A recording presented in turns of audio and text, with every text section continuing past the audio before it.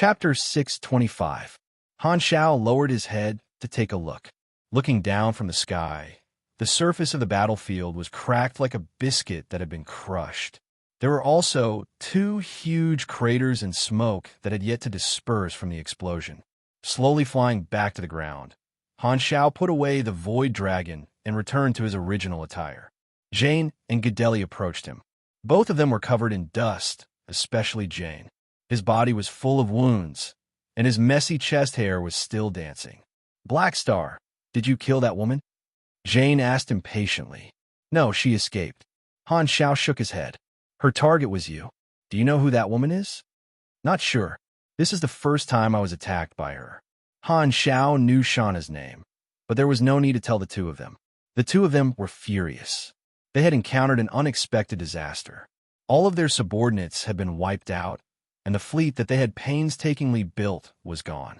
They were greatly hurt. However, they could not blame Black Star either. Black Star was also confused and had no intention of tricking them. Furthermore, Black Star's combat power and status were not something they could compare to. The two of them could only admit that they were unlucky and depressed. Although Jane and Gadeli were in a bad mood, they were amazed by Shauna's combat power. Even 3 calamity grades could not hold her back. If not for Black Star's burst of power at the critical moment, the two of them would not have been able to defeat the enemy. The 3 of them rested after the battle and communicated for a while. Finally, Dottle called and asked about the situation. "What's wrong? What happened just now?" "An unknown Esper who seems to be A+ suddenly attacked me. Her origin is unknown," Han Shao explained and asked the people of the Amethyst civilization to help him investigate. "No problem. We will thoroughly investigate the other party's identity. If there is a result, I will inform you." Dottle agreed solemnly. He then said to the 3 of them, "We are still preparing to form an alliance.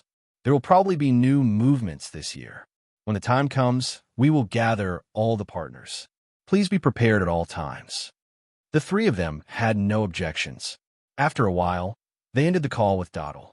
Han Shao put away his communicator and looked at the 2 of them. "What do you plan to do next?"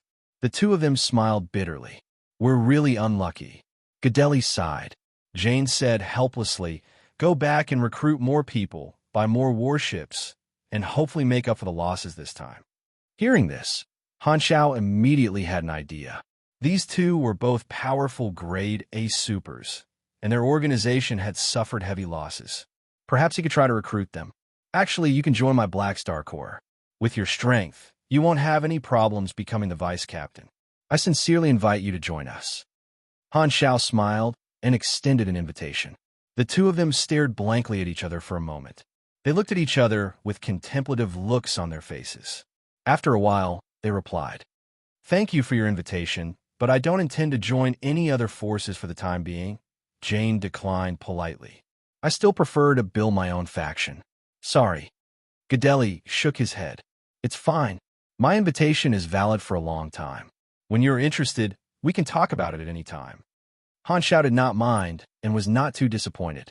The difficulty of recruiting a Calamity Grade Super was far greater than recruiting a Grade B Super.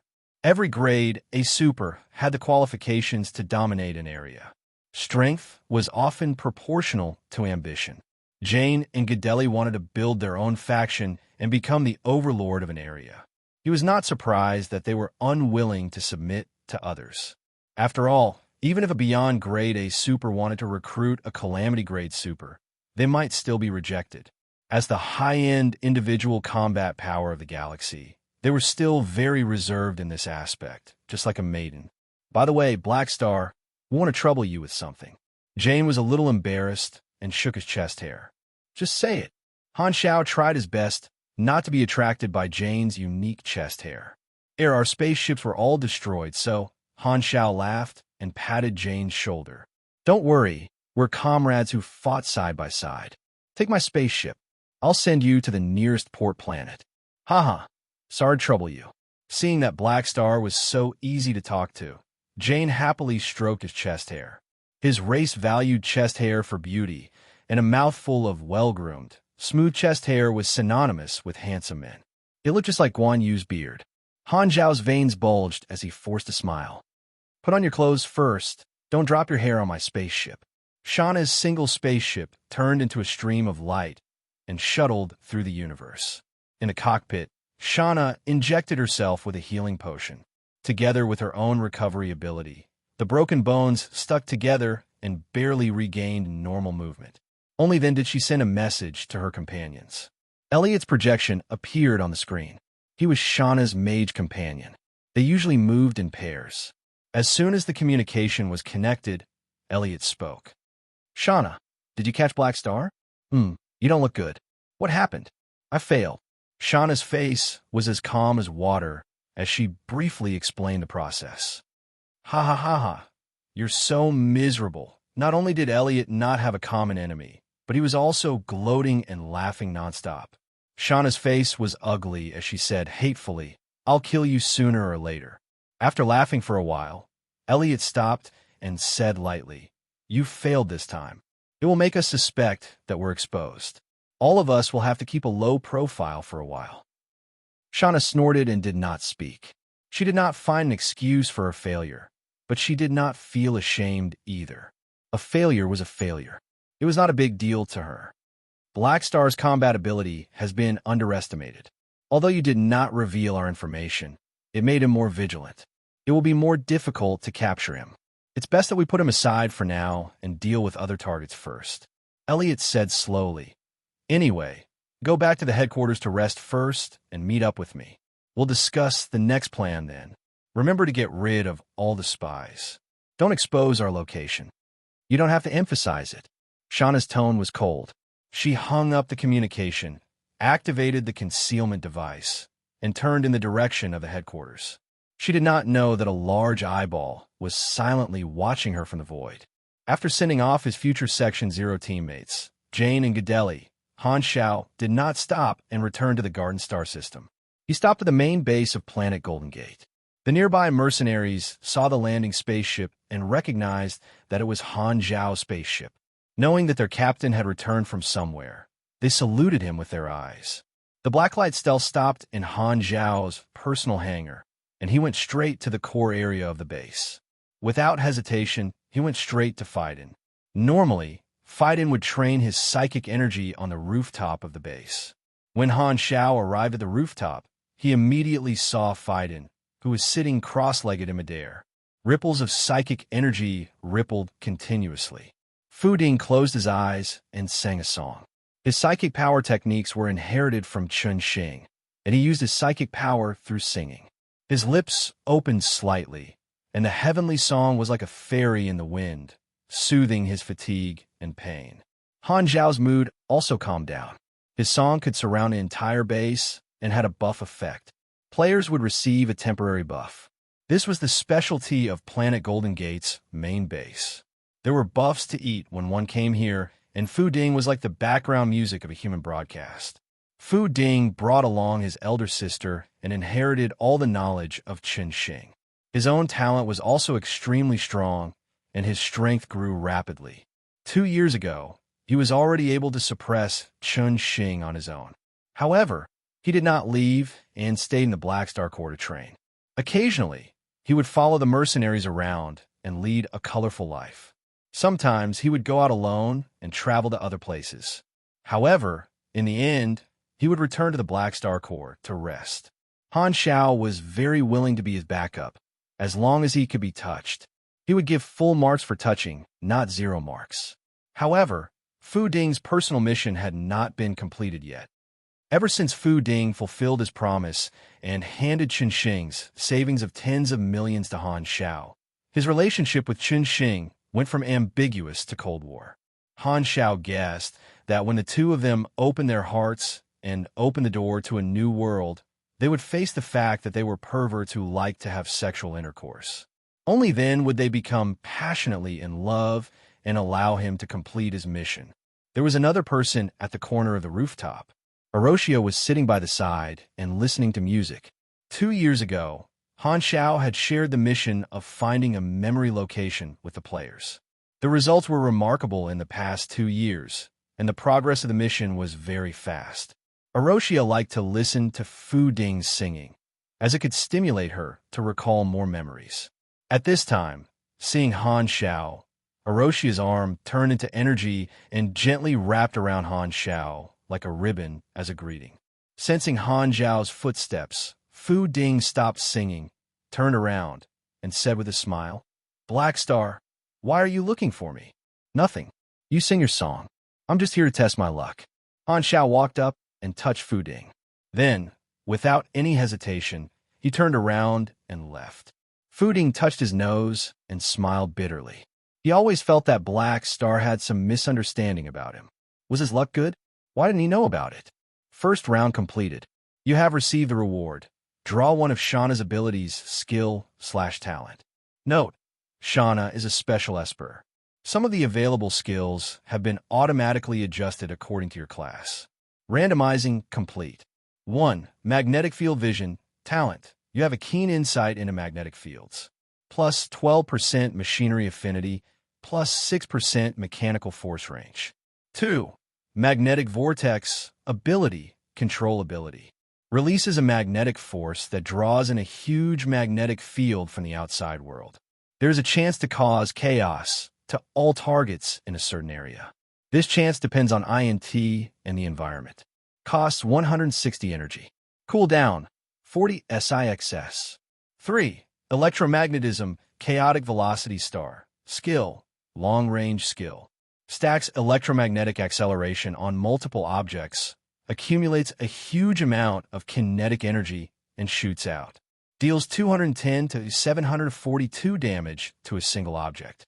Number depends on the size of the object and the time it takes to accumulate the electromagnetic force. 4. Strong magnetic field shield. Ability. Defensive ability. Strengthening type. Mechanical force technique. Form a magnetic field shield within a 3-meter radius around yourself. The shield's value is unlimited. Maintaining the shield consumes energy. If the damage received exceeds the critical point in 1 second, the magnetic field shield will be temporarily shattered. Cooldown 2 5s.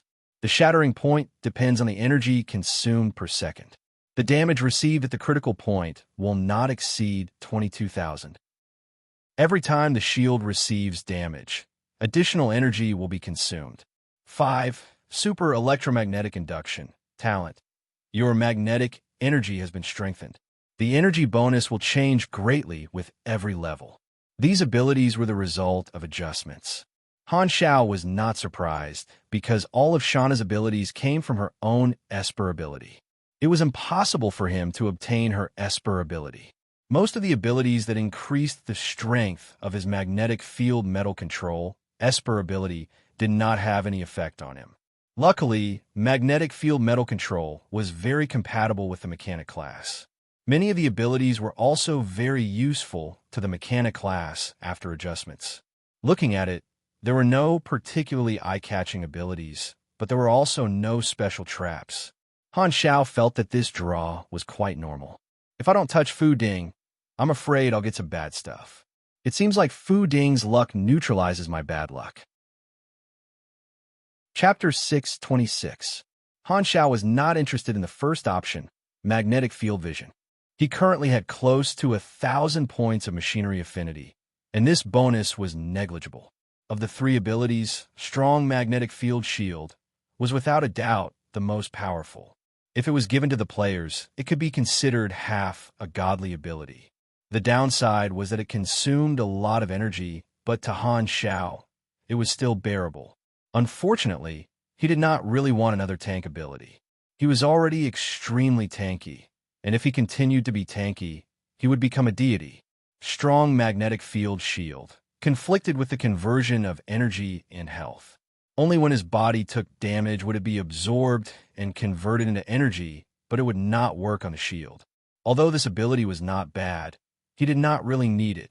The other 2 abilities had slightly Chinibya names, but their effects were not bad. They could be used as offensive means when he was not using machinery.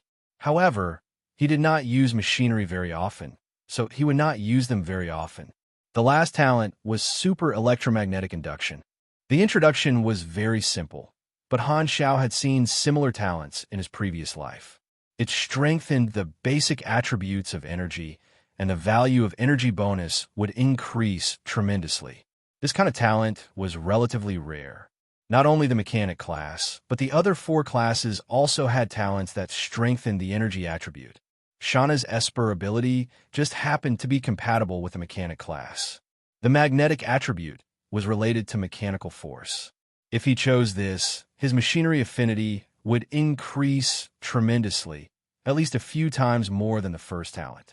Furthermore, when he obtained a new layer of energy bonus in the future, this talent would still be effective, which was equivalent to increasing his growth potential. This could be considered a rare high-level mechanic talent with growth potential. TSK. I can only choose one. I really want all of them. Han Xiao scratched his head in frustration. Other than the first option, he wanted all 4. After much consideration, he made the choice because he valued long-term potential more. You have received super electromagnetic induction. Your magnetic attribute energy has been strengthened. Your energy bonus has changed.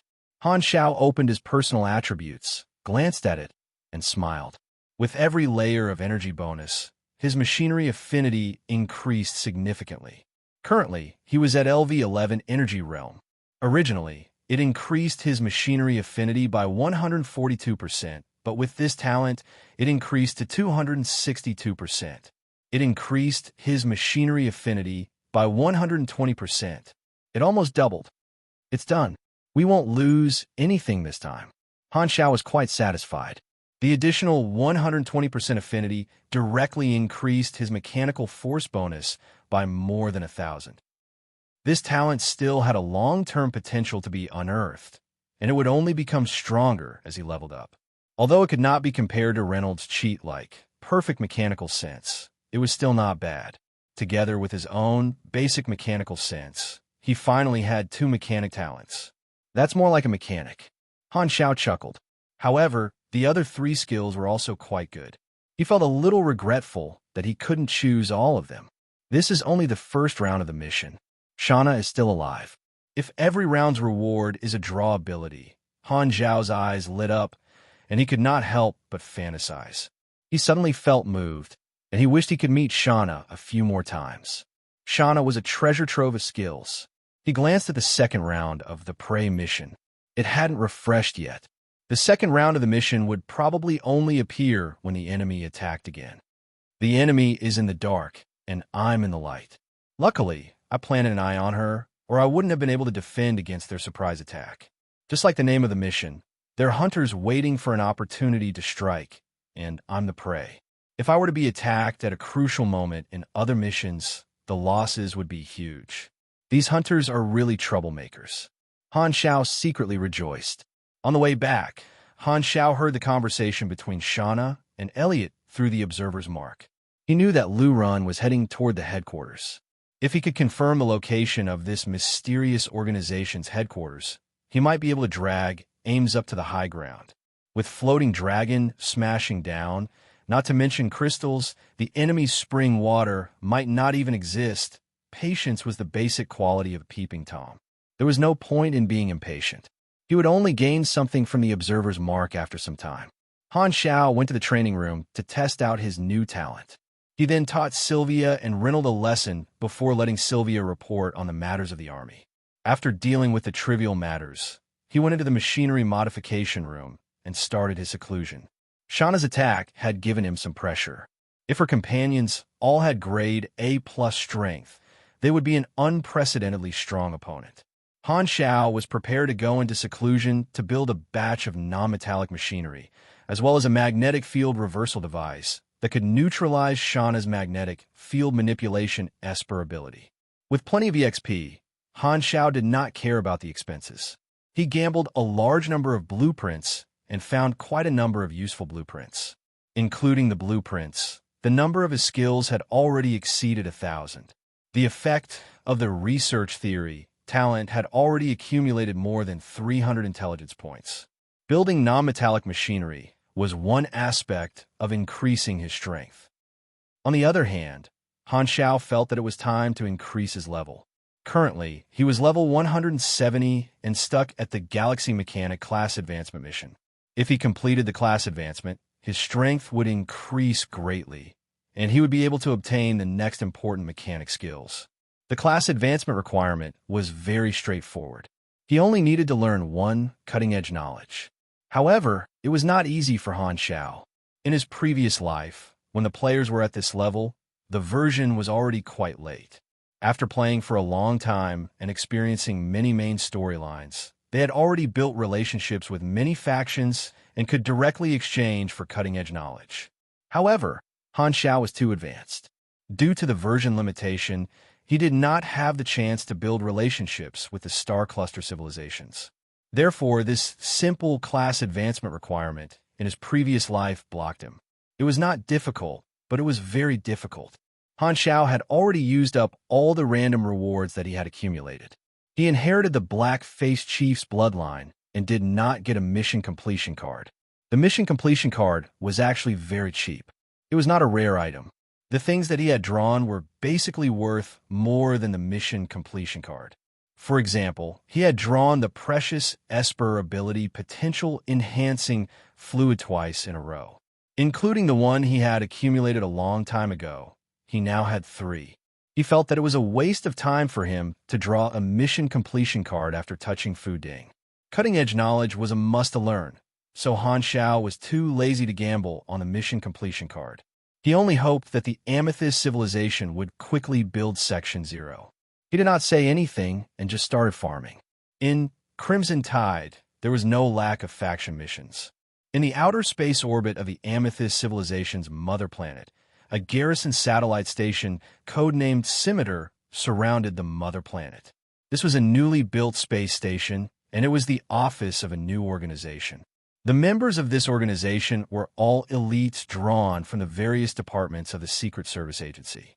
At this moment, inside the Scimitar Garrison Satellite Station, in the office of the highest-ranking officer, a group of foreign affairs captains sat up straight and stared at the highest-ranking officer of this organization, Ralph.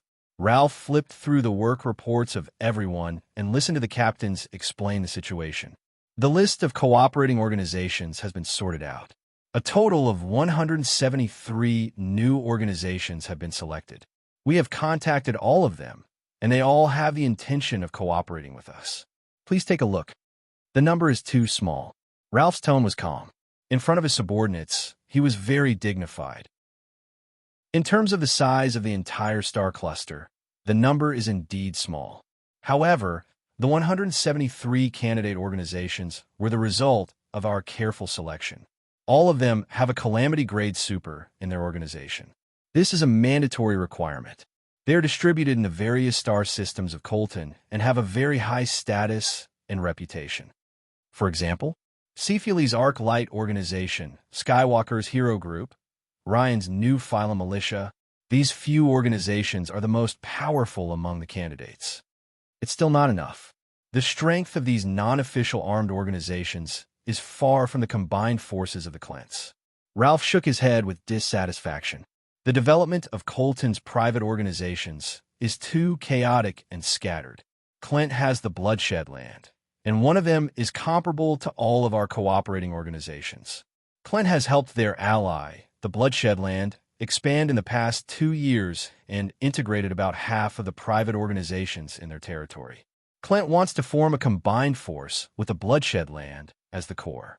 Facing such a colossus, the cooperating organizations we found are completely powerless. If they want to start a secret war, we have no chance of winning. Indeed, the enemy has the Bloodshed Land. If we don't mobilize the official army, no one will be able to stop the tyrant. However, beyond grade, supers will not make a move easily. They represent deterrence.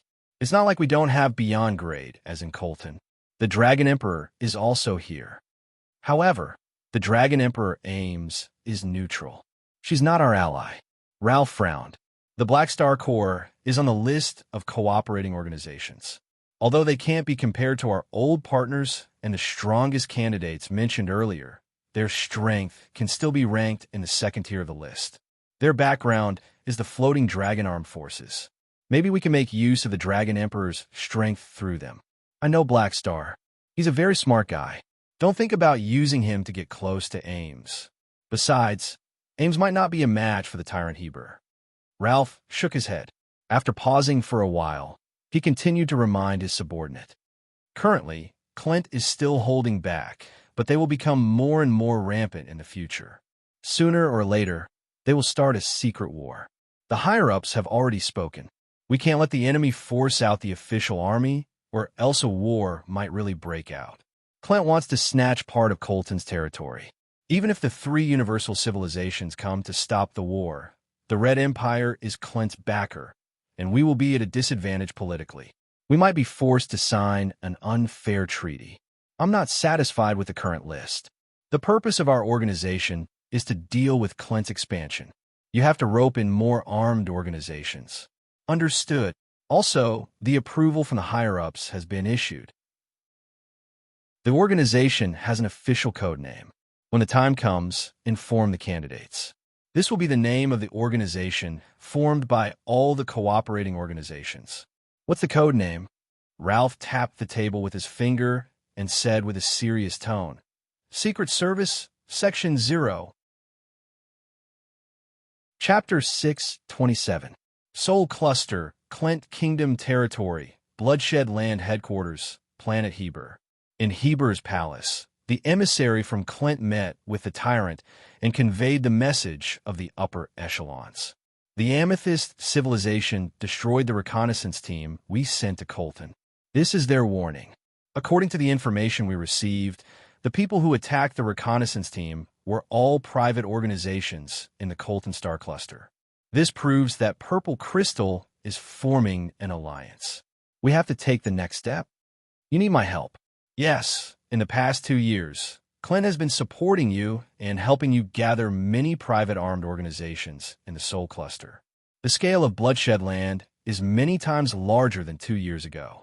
We plan to form an alliance with you as the core to secretly invade the Colton Star Cluster and start a secret war with the Amethyst civilization.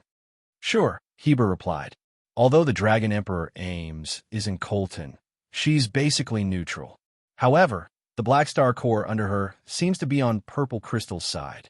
If Ames interferes, we hope you can deal with her. If necessary, I'll take action. Heber shook his head. In the previous gathering, the Dragon Emperor and Black Star had not explicitly rejected the Red Empire's recruitment, and there had been no news of them after that. However, even if Floating Dragon had joined the Red Empire, they were still not on the same side. Both sides had different goals, and they stood on opposite sides of the Star Cluster civilization camps. The Red Empire did not care about chess pieces fighting each other. The more chaotic the situation was, the better. That way, they could take advantage of the situation. Clint was willing to be the Crimson Dynasty's pawn and carried out the Crimson Dynasty's motto. With a strong backer, Clint had become bolder and bolder in the past 2 years, especially toward Purple Crystal, a neutral civilization that did not side with any of the 3 universal civilizations. They had been eyeing it for a long time.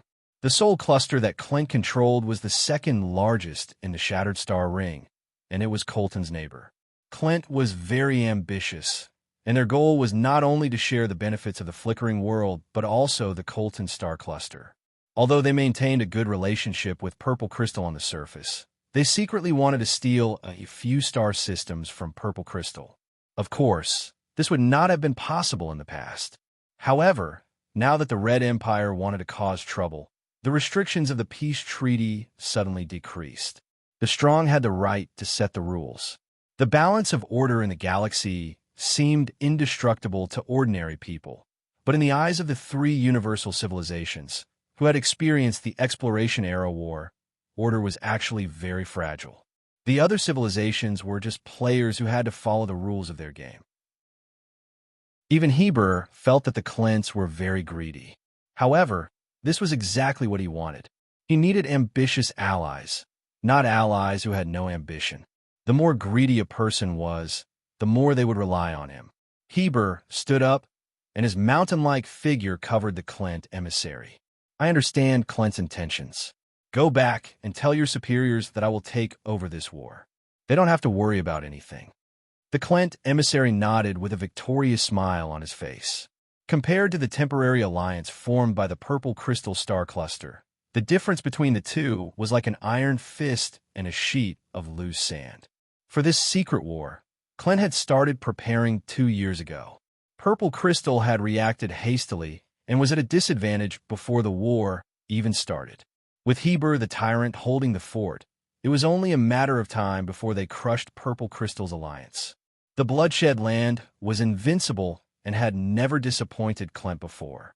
Shauna returned to the headquarters, which was located in a desolate universe belt at the edge of the Shattered Star Ring.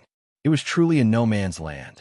All the star fields had desolate universe belts, and very few people stepped into them. The characteristics of the desolate universe belts were that the planet density was sparse, the resources were scarce, and there was no life. However, some organizations that were wanted or wanted to remain mysterious would occasionally choose desolate universe belts as their headquarters. Shauna entered the headquarters, and her companions were all waiting there. Other than Elliot, there were 4 other people wearing different masks. They were either sitting or standing, and their auras were unfathomable. They all looked at Shauna. One of the short men spoke. His voice was hoarse and indistinct, like an old man with one foot in the grave. He slowly said, "You failed and exposed your face. For the next few years, you will replace Adrian to guard the headquarters. He and Elliot will go out on missions." Humph! Shauna's expression was ugly, but she did not refute. This was their internal rule. In order to not be targeted, once someone failed outside, they would replace the person on duty outside.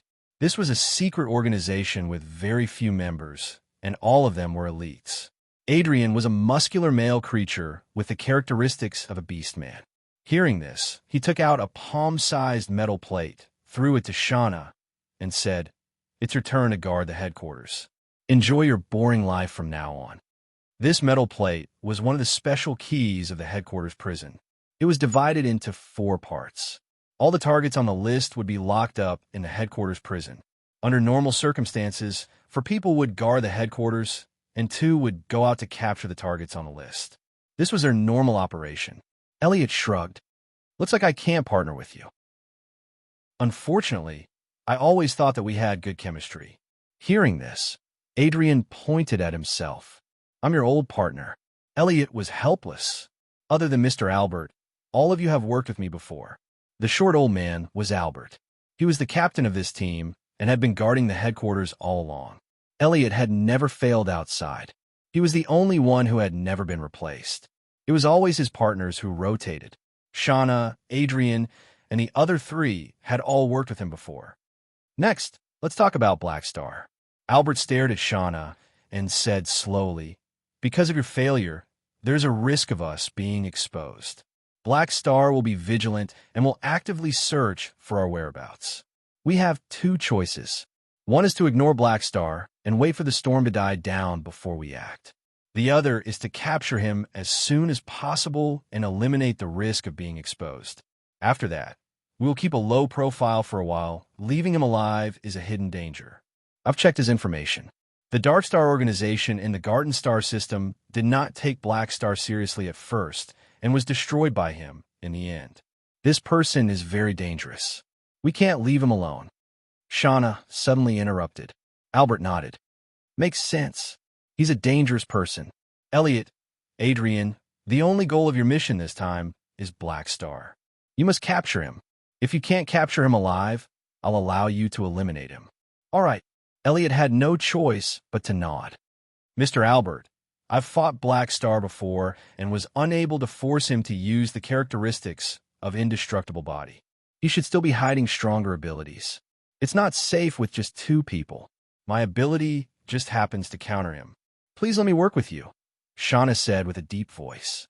Albert thought about it and felt that it did make sense. He asked Shauna to hand over the key and said, "All right, I'll make an exception this time. The 3 of you will work together. Don't be rash. Make sure you're 100% confident before you act." Shauna nodded this time. Part of the reason why she had insisted on participating in this mission was because she wanted to avenge her humiliation. The main reason was that she wanted to take care of Black Star. Although she had lost, she still remembered the battle process. Black Star had been countered by her, so she was indeed suitable to deal with Black Star. Clint has been on the move recently. It seems like they're going to fight with the Amethyst civilization. Black Star should be involved. We have plenty of opportunities. Elliot smiled. He was A+ super, and he had two close to A+ helpers, Shauna and Adrian. His opponent was just Black Star alone. He felt that it was safe. At the same time, Black Star core base number 1. Oh my, sending 3 people to deal with me. That's scary. Through the observer's mark, Han Xiao saw the conversation between Shauna and the others as if he was watching a movie.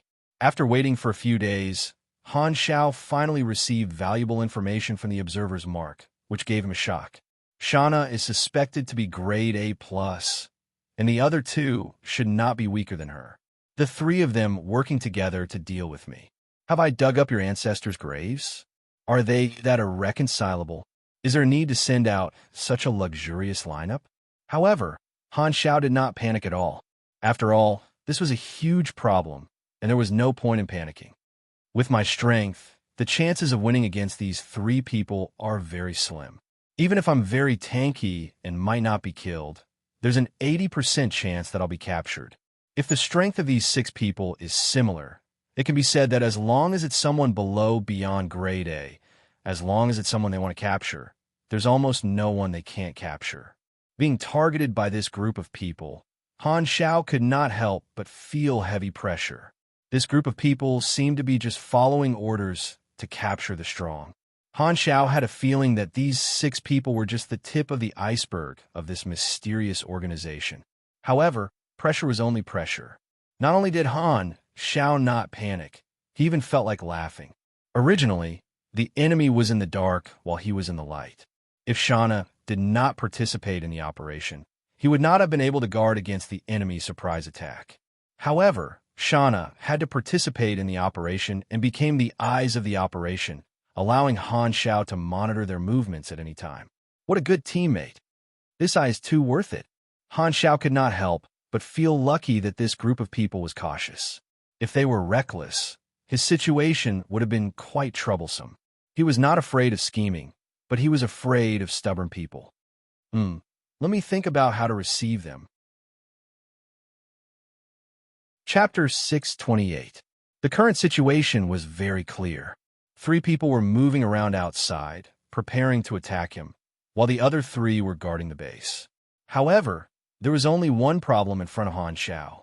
How could he maximize the benefits? He was thinking about how to capture all the enemies in one go, while also completing as many rounds of prey missions as possible. This kind of hidden grade A mission that could draw abilities was very rare. If he was lucky, it could greatly increase his strength. There seemed to be only 6 enemies.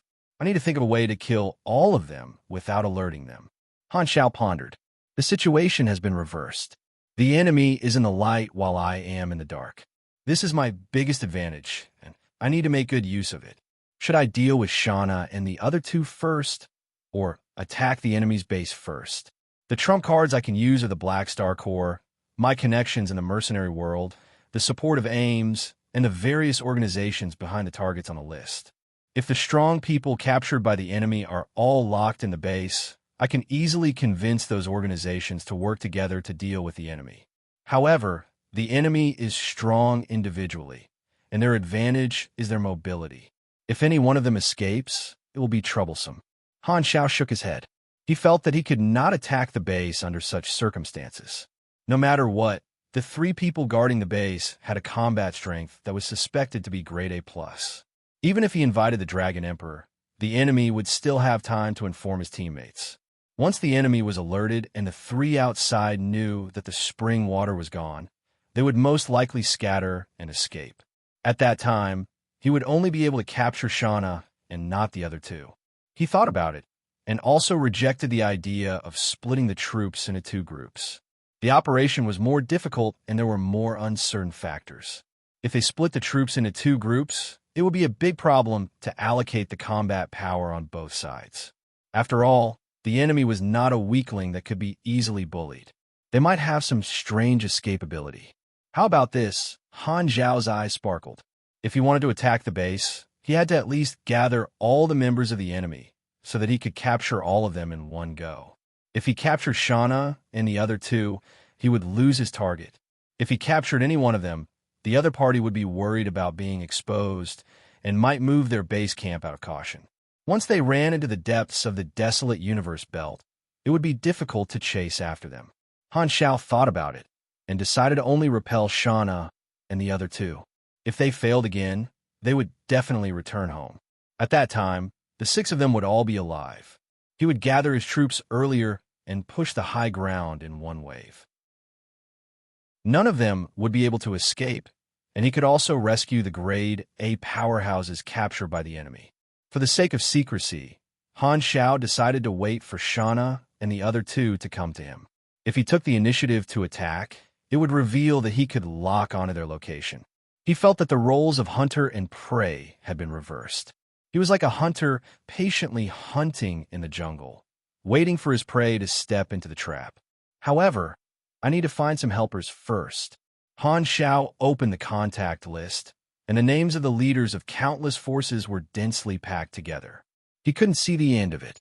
On the mother planet of the Amethyst civilization, in the Scimitar Garrison satellite, Section Zero's official office, Ralph stared at his communicator with his brows tightly furrowed. It was as though he was thinking about some difficult problem, and his secretary did not dare disturb him.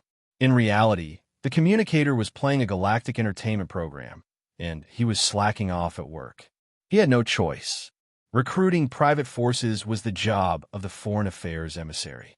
Even if the establishment of an alliance was imminent, he could only wait for the Foreign Affairs emissary's decision. The war had not started yet, and there was no point in being anxious. At this moment, a call request suddenly popped up on his communicator, interrupting the program. Ralph's expression did not change as he picked up the call. It was Han Xiao. "Black Star, it's rare to see you take the initiative to contact me. I've already seen you notice. How many people are there in Section 0 now?" Not long ago, Purple Crystal had announced the name of the alliance to all the collaborators, and they would be collectively known as Section 0. Han Xiao had also received the news. However, this organization was still in its infancy, and they did not have a complete lineup. They did not know each other's names, and the interface had not popped up with a notification of the new faction, Section 0. The members of Section 0 are a secret for now. When it's officially established, we will gather all the collaborators, and you will know then. In his previous life, the factions that the players had seen in version 3.0 were all completed during the version update. This time, however, he had been a part of it from the beginning. Han Xiao chuckled. He roughly remembered which factions were there in Section 0 at the end, but he felt that there should be a chance for him to change the storyline this time. "I have a way to allow Section 0 to recruit more experts." Ralph's eyes lit up, and he was very interested. "Let's hear it." The Light Talisman civilization was the ruler of the 1,000 Light Star system. Among the many star system civilizations in the Colton Star Cluster, the Light Talisman civilization had always been a staunch supporter of the Amethyst civilization. Their civilization level exceeded that of ordinary star system civilizations, and they maintained an alliance with Purple Crystal. Recently, the head of the Light Talisman civilization's Homeland Defense Department, Kima's, had been very troubled. All of this was because the strongest official of the Light Talisman civilization, Kernid, had gone missing during his vacation. The upper echelons were furious and ordered him to find Kernid's whereabouts. Kima's was under pressure from the upper echelons, so he naturally wanted to find Kernid. Not only that, Kernid was his biological brother, and without Kernid, he would not have been able to sit firmly in his position. All of these factors made Kima's more anxious than anyone else. However, until now, he had not found any clues. Kima's had even applied for help from the Amethyst civilization, but to no avail. He had been so troubled that his hair was about to fall off. Beep, beep. At this moment, the internal communication line of the office lit up, and his secretary sent a call request. "Your Excellency Kima's, there's an external line requesting to speak with you." "Who is he?" Kima's suppressed his frustration. His secretary was in charge of screening call requests, and for this person to request him, it meant that this person had a very strong background, and the secretary did not dare make the decision himself. He is the leader of the Black Star Corps, Black Star of the Garden Star system. Oh, so it's him. Kimas had heard of this person before. He seemed to be doing well in Godora, and he was a little confused as to why Black Star was looking for him. However, he did not dare to be negligent, so he tidied his hair and asked his secretary to transfer the call over. The virtual screen rose, and Han Zhao's face appeared. Kimas? Did I find the wrong person? It's me, Black Star. What's the matter? Han Zhao stroked his chin. Some time ago, I heard from Purple Crystal that you guys are looking for a guy called Kernet. Yes. Kimas did not know what Han Zhao was up to, so he maintained his expressionless face and gave a short reply. If I say that I might know his whereabouts, are you willing to cooperate with me? As soon as he said that, Kimas's expression changed, and his breathing became heavy as though he was in heat. The Star Beast organization was a special armed force that occupied another star cluster. They were one of the star cluster civilization allies of that star cluster. This organization was very famous in the Shattered Star Ring, and their specialty was that they could control all kinds of dangerous galactic beasts. They did not like to expand, and most of the time, they were neutral and friendly. However, they never sold or rented their beasts, only providing them to the allied star cluster civilizations. All of this came from the Esper ability of their leader, Gaobili. He had terrifying beast affinity and could enslave all kinds of beasts. Furthermore, the effect lasted for a very long time, and there was a chance that the beast would evolve and mutate under the effect of his Esper ability. However, during this period, the Star Beast organization was in a gloomy state. Their leader had gone missing. The deputy leader had sent out countless people to search for him, but the Shattered Star Ring was in chaos, and he could not find any clues at all. If their leader was gone, they would be in deep trouble. Everyone in the Star Beast organization felt wronged. Didn't they like to keep pets? They stayed at home and did not provoke any enemies, but someone actually dared to make a move on them. Was this the distortion of human nature or the fall of morals? Just when they were at their wits' end, the deputy leader received a message from Han Zhao. I'm Black Star from the Colton Star Cluster. Maybe you've heard of my name before. Maybe you haven't. That's not important. What's important is that I might know the whereabouts of your leader. Are you interested in working with me? The same scene played out all over the Shattered Star Ring. Han Zhao called the targets on the list one by one, contacting the organizations behind those missing people. He had a huge network, and it was very easy for him to find the communication methods of these organizations. His series of calls made many organizations move at the same time. As for those on the list who had not been caught, he could only say that he had disturbed them. While he was secretly gathering helpers, Shauna and the other two were also in a hidden spaceship heading toward the headquarters of the Black Star Corps, the Garden Star system. On the spaceship, the three of them were discussing their strategy. Black Star might be on guard this time. I still feel that we shouldn't deal with him immediately. Elliot shook his head. He originally wanted to deal with it coldly, but since Albert had spoken, he could only do as he was told. Actually, that might not be the case. I didn't reveal much information, so Black Star might think that I'm only here to seek revenge. It's very common for leaders of organizations like him to encounter such things. Shauna shook her head. She felt that the impact of her failure was not that big.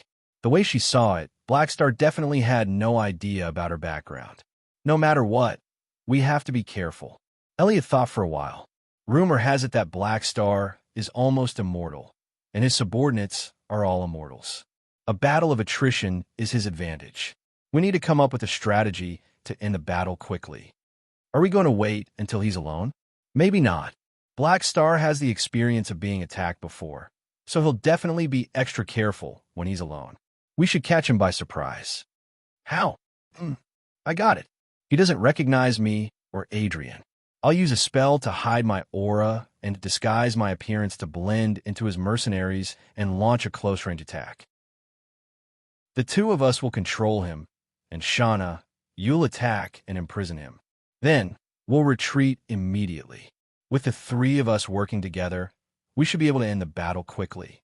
So we can do it in his base. Yes, that way he won't be on guard. The mercenaries in the base won't be able to stop us, and he won't have a calamity-grade helper like last time. Adrian said in a muffled voice, "Understood." We'll strike like lightning and not give him any time to react. Elliot nodded. Shauna thought for a while and felt that it was indeed a good strategy, so she had no objections. She could not think of any way that Black Star would be able to escape from them. On the other side, on the Blacklight stealth heading toward Floating Dragon Island. Oh, so that's how it is. Chapter 629. Han Xiao had gathered a large group of helpers, and the most important person was still Emos. He had rarely returned to Floating Dragon in the past 2 years, only occasionally chatting with Ames. Ames had given him a high degree of trust, allowing him to do whatever he wanted outside without any suspicion. The spaceship landed at the dock, and Han Xiao walked out of the cabin door. Will Sander was waiting outside to welcome him. Every time Han Xiao returned, he would see him and was extremely enthusiastic. Looking around, Han Xiao did not see Jenny. He was a little surprised. Why isn't Jenny here? I thought she would shoot me a few times. She's very busy. Will Sander grinned. Seems like she's still very dedicated. Han Xiao laughed. Will Sander rolled his eyes. She's dedicated because you forced her to do so. After greeting him, Han Xiao went straight to the palace. Ames had been holed up in Floating Dragon for the past 2 years, focusing on training Hela and her sister. When they heard that Han Xiao was visiting, the 3 of them were quite happy. Ames got up and left her throne, floating to Han Xiao with a smile. I haven't seen you in a while, and I miss you a little. Why are you looking for me? Can I come back to visit if there's nothing? Han Xiao smiled. But I do need your help this time. Speak. Han Xiao explained. It was not that he wanted Ames to deal with Shauna and the other 2, as it would not be easy to let them go. What he needed was for Ames to hold the line when attacking the enemy's base to ensure a 100% success rate. At the same time, this was also an opportunity for him. He had gathered many reputable organizations in the Shattered Star Ring and gathered them in a secret place. After he defeated Shauna and the other 2, he would join forces to attack the base camp of this mysterious organization and save the experts of the various organizations. With so many organizations gathered, if Ames were to hold the fort, she could temporarily lead these organizations as a beyond grade A super. Han Xiao had called in so many forces. Dealing with 6 A-class powerhouses was like killing a chicken with a butcher's knife. His bigger goal was to make this a sensational news and expand his influence. With so many large organizations working together with Floating Dragon as the leader, it would be able to change the impression that many people had of Floating Dragon. Floating Dragon would go from being a neutral organization that stood aloof from worldly affairs to a powerful faction. Even if it was a misunderstanding, it would still be useful. All along, among the 4 beyond grade as in the Shattered Star Ring, Ames's organization was publicly acknowledged to be the weakest. This time, she was able to refresh her knowledge, which was very beneficial. His raw strength could not be increased quickly, but influence and connections were a shortcut. The stronger Floating Dragon was, the more it could help him. Furthermore, after fighting side by side, if he saved the people of these organizations, they would have to owe him a favor and form a good relationship with them in the name of Floating Dragon. Although these organizations had status, they would obviously give face to the beyond grade as. Through Floating Dragon, he would be able to turn these organizations into his own connections. After all, the universe was so big, and one person's strength was limited. Even a beyond grade A would need helpers. Both individual combat strength and the size of his organization had to be grasped. The version update would come sooner or later, and the players would disappear for about 10 years.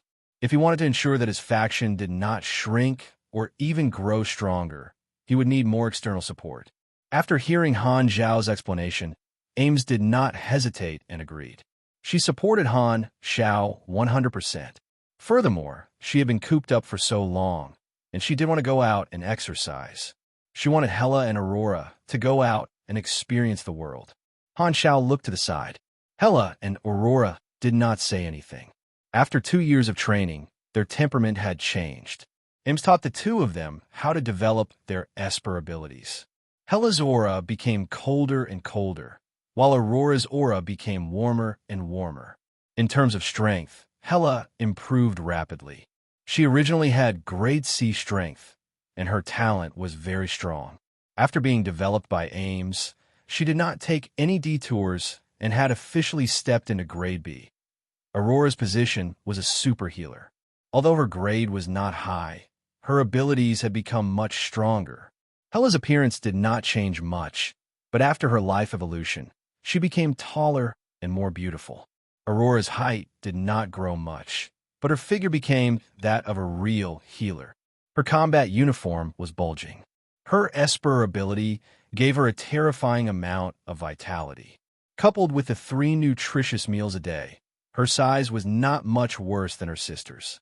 Han Xiao looked at Aurora's chest and sighed. Your training is too tough. Look, such a good girl, but her breasts are all swollen. Aurora could tell that Han Xiao was joking, and her face instantly turned red. She did not want to grow so big, but this was an ability that came with her Esper ability. She had no choice. Her shoulders were sore from shaking every day, and it would be great if she could take it off and put it in her pocket. After not seeing each other for 2 years, although Hela was expressionless, she was actually a little excited. However, when she heard that, her face instantly darkened. She did not say a word and looked at Han Zhao's face with a gaze as sharp as a knife. In the end, she was unable to move an inch and was directly ignored by Han Xiao.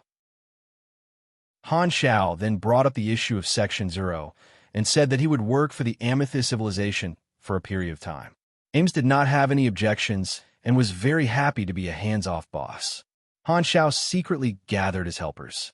After he was done with his preparations, he found an unimportant Black Star base and stayed there, waiting for the enemy to step into his trap. This base was located on one of Ghidorah's colonial planets, and many players would often settle down there. Choosing this place as the battlefield was a decision that Han Xiao had made after much consideration. At the same time, it was also to improve his image in front of the players. Now that the Black Star Corps had completed the function of guiding factions, Han Zhao's next goal was to keep the players around so that the Black Star Corps would always be the main faction. In the next version, the number of factions that could be chosen would increase exponentially. Many of them would be allied forces with high benefits and a large-scale main storyline. The players would be tempted, and Han Xiao had to maintain the attractiveness of his faction. As the leader of the faction, he had to continuously increase the players' impression of him. After waiting for a few days, Shana and the other 2 finally made their move. In fact, they had arrived at the Garten Star system long ago and had been observing Han Zhao's movements. Han Xiao had also been observing them. The second round of the prey mission popped up. The requirement was to repel the attack of 3 people. Other than the high EXP reward, he could also randomly draw an ability from Elliot and the other 2. Han Xiao guessed that in this series of high-difficulty missions, there might be a special reward for drawing an ability in each round. As long as he was lucky, he could earn a lot. As this was a colonial planet of Ghidorah, Shana and the other 2 did not want to make too much noise. They still decided to use stealth tactics and close-range attacks to finish off Black Star quickly before retreating. Elliot used his high-level concealment and disguise skills. Although the base had access control, it was useless in front of a Grade A Master. Without alerting Philip, he and Adrian easily sneaked into the base. Shauna was waiting outside to meet them. The camouflage spell allowed the 2 of them to take on the appearance of common mercenaries. Elliot was very confident in his spells and thought that they would not be seen through. The 2 of them swaggered around as if they were strolling in their own backyard. However, after walking for a while, the 2 of them realized that something was wrong. Everywhere they passed, almost all the Black Star mercenaries would look at them with strange expressions, as if the 2 of them did not fit in. I feel that something is wrong, Adrian whispered. Have we been discovered? Impossible. How can my spells be seen through by so many people? Elliot could not believe it. His disguise spells were actually effective. At least the surrounding players could not see any information about them. Even their names were question marks. However, the question marks on the 2 men's faces were bright red. 2 red-named enemies were walking around in their home. The players were shocked and did not know what was going on. Although Brock was a Dark Star member, he was still a spy. Darkstar had already passed away. Before he joined Blackstar, he was only a yellow name. However, Elliot and Adrian were enemies. Red names were simply the most beautiful scenery in the eyes of the players. Bang, bang, bang. A player suddenly fired at the two of them. The surrounding players followed suit. The bullet screen covered the two of them, and there was a violent explosion. Although they did not know what was going on, they were both red names anyway. There might be a mission to trigger, so it was definitely worth it to be reckless. Buzz. The magic shield opened up and blocked all the attacks. We've been exposed. Elliot was shocked. He couldn't understand how all these C-grade mercenaries were able to see through his flawless disguise. At this time, Han Xiao, who had been prepared, immediately appeared. He floated in the air and looked down at the two of them. He put on his acting skills and pretended that he did not know where they came from. When I was attacked last time, I felt that something was wrong. Sure enough, someone was targeting me. Who are you people? Elliot didn't answer. He let out a deep roar and unleashed all kinds of spells. Adrian's aura surged even higher. Outside, Shauna knew that her teammates had been exposed. She immediately took action and tore apart the outer wall of the base, preparing to surround and attack Han Xiao. Although the infiltration had failed, they had 3 grade A+ supers. They could definitely crush Blackstar in a head-on battle. They could still end the battle quickly. Han Xiao easily avoided the attack and said, "Do you think I'm not prepared?" As soon as he said that, several auras exploded around the base. Nagajin and the other 2 God Aura grade executive officers came out from their hiding places.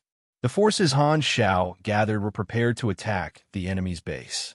His goal was only to force Shauna and the other 2 to retreat. He purposely chose Ghidorah's colonial planet as the battlefield because he had reached an agreement with Ghidorah. If he asked them for help, their strength would not be too overwhelming. They could naturally let Shauna and the other 2 escape successfully. The Blackstar Corps had deep cooperation with Ghidorah. This small request was just a phone call from Han Xiao. Nagajin was more than willing to help. Elliot frowned. Their opponents were 4 grade A supers. The 3 of them were not afraid, but they could not end the battle quickly. This was Ghidorah's colonial planet. If they were delayed, Ghidorah's fleet could cause them a lot of trouble. The 3 of them looked at each other and came to a consensus. Blackstar was too vigilant. They had only been ambushed once. Without knowing their background, he did not hesitate to make a mountain out of molehill to lure them out. In their eyes, he was very cautious and decisive. The 3 of them did not suspect that their whereabouts had been exposed. Han Xiao pretended to be stupid and did not arouse their suspicions. They were confident that their movements were very secretive. Furthermore, if Blackstar knew that the 3 of them were coming together, he would not have just ambushed 3 Calamity-grade supers. Han Xiao continued his act and said with a deep voice, "You have nowhere to run. No matter who you are, I will force you to tell me your origins. You're too confident. If you can stop us, you can try." Elliot snorted. For Calamity-grade supers were nothing in his eyes. Perhaps Blackstar was the only one who was difficult to deal with. Chapter 630. The shockwaves from the collision of the 7 Calamity-grade supers were earth-shattering. The shockwave destroyed half of the base, and the surrounding streets were in shambles. Many players were blown away. They were currently at level 90, so they were of little use in a battle of this level. Just the aftermath of the AoE attack had taken away a small amount of their HP. Helpless, they could only play a supporting role. Was this the world of the strong? Rumble, with 7 Calamity-grade supers fighting. Even though Han Xiao, Nagakin, and the others had controlled their power, the destruction was still not small. Although the base was heavily damaged, Han Xiao did not feel the pinch. Only the buildings on the surface were damaged, and rebuilding them was very cheap. Furthermore, he had already reached the level of "I am not interested in money." In order to lure the 3 of them, he did not care about this small price. This was the second time he had fought with Shauna. Han Xiao had built a group of mechanical soldiers made of non-metallic materials, mainly elites. With the boost of his mechanical force, they were extremely powerful. Shauna could not restrain him and could only fight him head-on. Elliot and Adrian were the main force. Elliot was a powerful magician, casting all kinds of high-level spells as if they were free. The magical radiance was colorful and dazzling, and he seemed to be at ease. Adrian, on the other hand, was a typical brawny guy, acting as a meat shield. He single-handedly entangled Nagakin and the other two pugilists, grinding their bodies against each other. The three of them worked well together. Nagajin and the others were beaten to a pulp, and Han Shao was controlling the mechanical soldiers to attack with all his might. It seemed like he was on par with Shauna. Nagajin and his two colleagues were all pugilists. In terms of raw strength, they were far weaker than the three of them. Adrian alone could hold back the three of them, and they were instantly at a disadvantage. However, Elliot and the others were not in the mood to fight. They retreated as they fought, and the battlefield quickly changed. Black Star had an ambush, so they could not end the battle quickly. This was the colonial planet of Godora, and there was a fleet stationed there. Elliot and the others did not want to be surrounded by the garrison, so they were prepared to retreat as soon as possible. They were very confident about this, because Elliot knew teleportation spells. He was an expert at escaping. Black Star wanted to catch them, but it was destined to be a dream. Therefore, Elliot found it very funny. He didn't know where Black Star's confidence came from. Hoo-hoo! At this moment, the sound of spaceships could be heard from the horizon. A garrison fleet quickly responded, and over 100 battleships were rushing over to provide support. There is no need to fight with Ghidorah's fleet. Let's go. Elliot had Adrian block Nagajin and the other two. Then, he chanted an incantation. With a swipe of his finger, an energy vortex appeared behind him and expanded into a portal. Oh no, he can teleport. Nagajin put on an exaggerated expression of shock. Han Shao glanced at him and couldn't help but praise his acting skills. His expression was vivid and his eyes were exquisite. His acting skills were also at the A level. Elliot switched to another spell. A huge magic barrier separated all the enemies, protecting himself and his two companions. The magic barrier blocked all the attacks and vibrated nonstop. Adrian and Shauna entered the portal and disappeared. After the two companions left, Elliot looked at Han Shao and joked, I told you, you are too confident. You can't catch us with an ambush of this level. If we want to leave, can you stop us?" Hearing this, Han Zhao's face darkened. He purposely did not say a word and increased the power of his attacks. The attacks hit the magic barrier and made loud banging sounds. It was as if it was real. In Elliot's eyes, Black Star's behavior was obviously because he was angry. He instantly felt better, and the depression from the failure of the mission disappeared.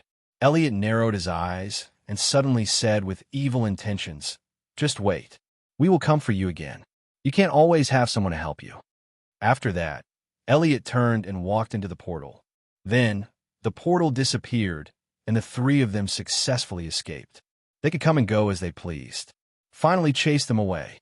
Only then did Han Shao relax his tense facial muscles and release his anger. JPG emoji. Although the battle was short, the surrounding streets have been severely damaged. The strength of the enemy made Nagajin feel great pressure. Phew! Black Star, where did these people come from? They're too strong. They have their eyes on you. You have to be careful. Nagajin said seriously. Don't worry, they can't run away. Next, I just have to wait for them to go home. Han Shao did not finish his sentence and smiled. There was an extra reward from this battle. He exposed Elliot's teleportation spell. This was a godly escape skill. If he was not mentally prepared, he might have let the enemy escape when attacking the base. Now that he had information, he could think of a way to deal with it. Thinking about how Elliot and the other two thought that they had successfully escaped, Han Shao almost wanted to laugh out loud. This was not a loss, it was a gain. After contacting the engineering team to repair the base and sending away a large group of players who wanted to try to trigger the mission, Han Shao used the observers marked to spy on the three's movements.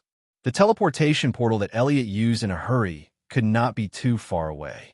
The portal connected the three's spaceship, which was parked outside the colonial planet. As soon as they returned to the spaceship, the three started the spaceship and left the colonial planet. They activated the stealth mode to prevent being chased by the garrison fleet. The escape was successful. The three did not suspect that Han Shao wanted to let them go at all. They retreated with Elliot's ability, and there was nothing suspicious about it. They just thought that Black Star had underestimated their strength and did not have enough strength to ambush them. Black Star's ambush had failed. The three did not take it to heart, thinking that it was normal. This operation has failed. Should we continue to look for opportunities? Shauna asked. Black Star is very vigilant. When he encountered the first attack, he set up a trap just because he was suspicious. Now that he encountered the second attack, he is sure that we are his enemies. He will only be more vigilant. We can't attack him in the short term. Elliot shook his head. After this incident, he could only ignore Black Star. He had purposely threatened before leaving, but it was just a feint. He wanted to make Black Star be wary of them, be careful, and be afraid. In the end, he realized that it was a waste of effort. Elliot just wanted to make a fool out of Han Shao. Shauna frowned, looking irritated. That's all we could do. Okay, I will suggest to Albert to put Black Star on the deferred list, Elliot said. In fact, they had two hunting lists. One was the pending targets, and the other was the delayed list. The latter was the targets that they had failed to capture for the first time. They would not make a move on these people in the short term. It would take at least a few years for the targets to relax before they would make a move again. Black Star had become such a target. Elliot did not want to attack Black Star in the next 5 years, and he believed that Albert had the same idea. You were right. We should have dealt with this matter long ago. Shauna snorted. She did not expect Black Star to be so cautious. It's not too late now. Although we've exposed our hostility and let Black Star know that the three of us have our eyes on him, he knows nothing about our origins. No matter how he investigates, it'll be futile. At most, we'll have to lay low for a period of time. He's destined to get nothing. He won't know who's targeting him. Elliot smiled. But we are hiding in the dark and have the initiative. He can't be careful forever. Let's go back first. We will probably have to stop moving for the next few years. Many people witnessed the attack on Black Star, and the news spread. However, there were all kinds of news in the Shattered Star Ring every day. Although Black Star was quite famous in the Colton Star Cluster, in the entire Shattered Star Ring, this little bit of fame was not enough. The news of him being attacked was like a drop of water in the ocean, inconspicuous and did not attract many people's attention. More than 10 days later, Han Shao rushed to an uninhabited planet near the desolate universe belt. This planet that had been desolate for countless years was now extremely lively. All the organizations that he had contacted before were gathered there, and spaceships were parked all over the place. These organizations all wanted to find their missing experts, so they followed Han Zhao's request and came to this planet. They originally thought that they were alone, but when they arrived, they were all shocked. They did not expect Han Shao to call so many people. Many of the organizations there were famous in the Shattered Star Ring and recognized each other. After a short conversation, they all knew that everyone was there for the same reason. They were all shocked. Could the missing experts of all their organizations be related? What clues did Han Shao find? As soon as the spaceship approached, it was noticed by everyone. After Han Shao landed, everyone surrounded him. These people were all high-level officers of the organizations. If they were outside, they would all be big shots. Ordinary people would not even be able to see them, but now they were all gathered together. If Heber was there, he might have thought that someone was copying his tyrant party. Black Star, when are we moving? Where's the enemy? Don't hide it anymore. When Han Shao contacted them, he did not tell them all the information and only told them to wait for orders. Many people were dissatisfied with this. However, Ames was there too. Black Star was an officer of the Dragon Emperor. Although everyone present had a strong background, they did not dare to be rash. The time has come. Let's attack the enemy's headquarters together.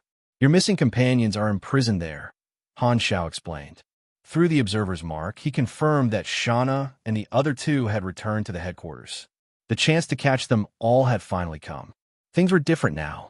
He had fought with the Germinal Organization's Dark Star for many years, but that was because he was not strong enough. Now, the Black Star Corps was gradually rising, and he had become the #1 person in the Shattered Star Ring.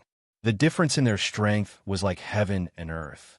He was not willing to be enemies with a group of strong enemies for a long time. Once he had the chance, he would kill them immediately and not leave any threats behind. With so many organizations sending their elite troops, their combined strength was enough to shock any civilization or organization in the Shattered Star Ring. Just the Calamity-grade supers leading the team numbered in the dozens, and they came from different regions. Dealing with 6 enemies was like bullying. Han Technician's networking ability was unparalleled. His network was not just for show. Everyone was overjoyed. For the same goal, these organizations were all willing to listen to Han Shao for the time being. While Han Shao was negotiating with them, the players he had brought with him were curiously observing from the back. He used missions to get some players to follow him. This time, he did not need them to fight. Han Shao only needed them to act as reporters and post videos on the forums.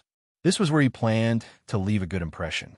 He wanted the players to see his charisma and increase his personal charisma and faction charisma.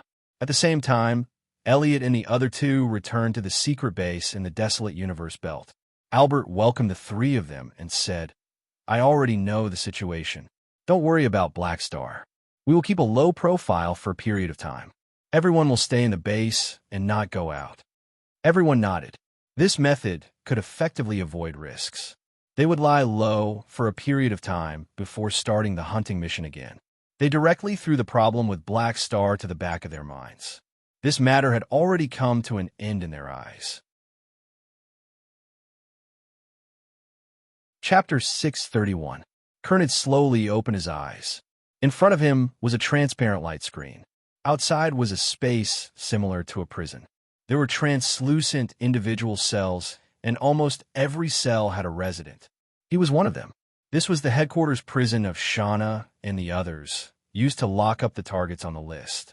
All the prisoners had special mechanical rings on their wrists and ankles to restrict the abilities of these grade A supers. They were embedded in their hands and feet. The mechanical rings on their wrists used nano-sized probes to follow the blood vessels in their hands and feet, connecting them to the prisoners' hearts, brains, and other vital points. The mechanical rings on their ankles were super gene suppressors, which reduced their recovery speed. They also wore collars on their necks, which were engraved with powerful silence and weakened enchantments. The strength of the enchantment user was obviously far above them, and the effects lasted for a long time. Every day, the prisoners looked like they had weak kidneys. Other than that, they were also injected with various drugs to suppress the cells in their bodies from generating energy. All kinds of confinement methods made these grade A supers extremely weak, and their abilities were greatly suppressed. On the first day he was imprisoned, Kernid was shocked to find that his cellmates were all people who were not below him in terms of status. Many of them were well-known names, but they were all captured and brought here. He was so shocked that his jaw almost dropped. Kernid had tried to escape, but failed. So many powerful cellmates had not been able to escape, and he was no exception. Furthermore, even if he managed to escape, there were still strong enemies guarding outside. All of this made him feel despair. After being imprisoned for so many days, he had already given up. He could not escape on his own, so he could only pray that someone would come and save him. However, none of his powerful cellmates came to save him. He could not help but feel that his chances of escaping were slim. However, in terms of pessimism, he was far from being as pessimistic as his neighbor. A male cosmic human was locked up in a single cell next to him. He had a bitter expression on his face all the time, and his aura was not only melancholic but also depressed. His name was Lagi, and he was a lone Calamity-grade super. According to him, he had been locked up here for almost 10 years, and he was the oldest. The days of being locked up were very boring. The only entertainment was his cellmates boasting to each other. All of them were geniuses, and their words were pleasant to the ears. While his fellow prisoners were bragging, as long as Lagi opened his mouth, he would definitely be the one to end the atmosphere. All of them had once been important figures, but now that they had fallen to their current state, they were all very pessimistic. However, in terms of pessimism, Kernid felt that compared to Lagi, they were all trash. At this time, the prison door opened, and Albert, Shauna, and Elliot walked in. The prisoners who were in a daze started to make a ruckus. "Let me out. Do you know who I am? You've provoked someone you shouldn't have. You'll pay the price. What are you trying to do?" Many people said angrily. Every time the Watchers came into patrol, they would threaten them. The three of them turned a blind eye to it. Today was not a routine inspection of the prisoners. Because Black Star had brought them 2 losses, Albert decided to be cautious and keep a low profile for a few years. Now, they were preparing to count the prisoners and move them away. They definitely did not capture these targets to collect stamps. Naturally, they had other intentions. This was not the final destination of these prisoners. The curses did not stop, but the 3 of them did not care. They split up and counted the prisoners. Very soon, Shauna found Kernid's cell. Kernid slammed the light screen and said angrily, "I remember you. You're the one who captured me. Just you wait. The light rune civilization will definitely save me." Hearing that, Shauna sneered. "Still haven't given up? You really think someone will save you?" At this time, Logie, who was in the cell next to them, said slowly, "Don't worry. I believe no one will save us. We're dead meat." Kernid immediately lost his temper. He covered his face with one hand and said, "Whose side are you on?" Shauna was also speechless. This guy had been locked up for almost 10 years. He must have gone crazy. After counting, the 3 of them prepared to leave. The prisoners were still cursing. Albert paused, turned around, and spoke to everyone. "I know that you all think you're important figures, but in reality, your positions in the Shattered Star Ring are not even worth mentioning in my eyes. In a few days, I will freeze all of you and send you out of the Shattered Star Ring. You will disappear forever. Your organizations and families will leave you. Fate is waiting for you." All the prisoners quieted down. They were angry and unwilling. If what Albert said was true, they, the strong people of the Shattered Star Ring, would really be done for. Many of them felt despair, and they began to feel uneasy about the future. No one knew what the goal of this organization was. Logie sighed and said, "Sigh, I guess they want to use us as experimental materials to study our bodies. When we lose our value, they will dissect all of us, take apart our bones, muscles, and organs, and soak us in containers of specimens. They might even put our names and life experiences on them and store them for others to see. Look, this is the developed brain of the Calamity Grade Kernid, or something like that." Everyone felt a chill run down their spine.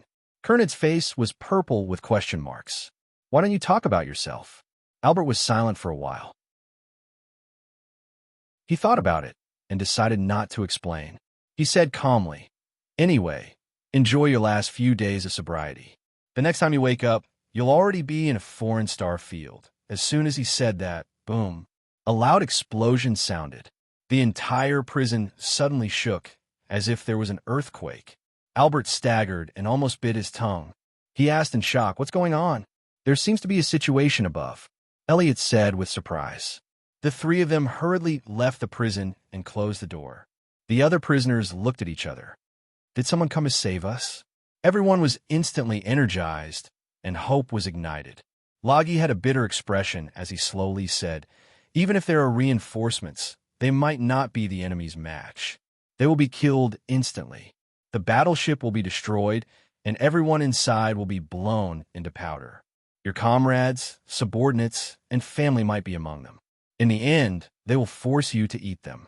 They will first break your will, then dissect your body. Shut up." The shaking continued.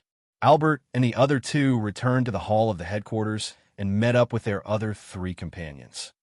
"What's going on?" "There are enemies." Albert's face instantly darkened. He walked out of the headquarters with his companions and realized that the ground was tearing apart.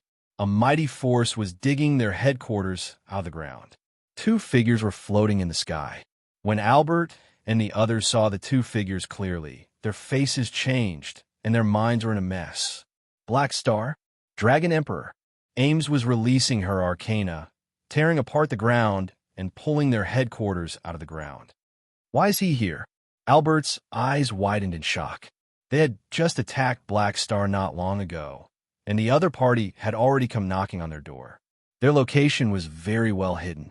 How did Black Star find them? Elliot's face was filled with disbelief. He did not expect Black Star to appear at all. He immediately had a thought.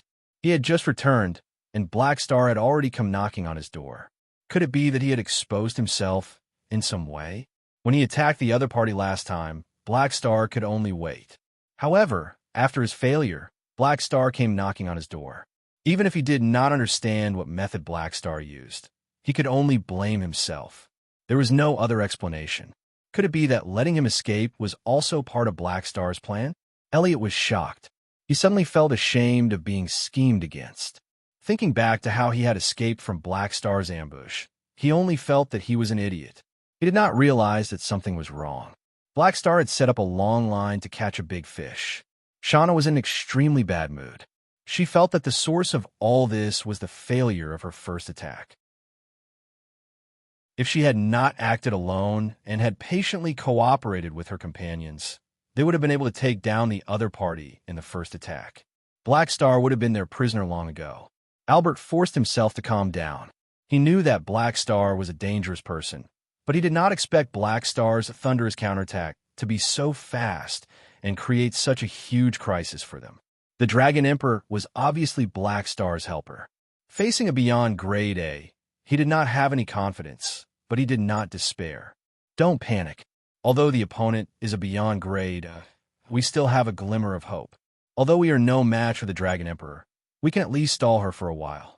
Elliot, whether we can escape or not depends on you. We will create an opportunity for you to cast your spell, Albert said. At this juncture, he could not care less about the prisoners. He was in danger himself, so he could only give up on what he had gained over the years. He had to protect himself first.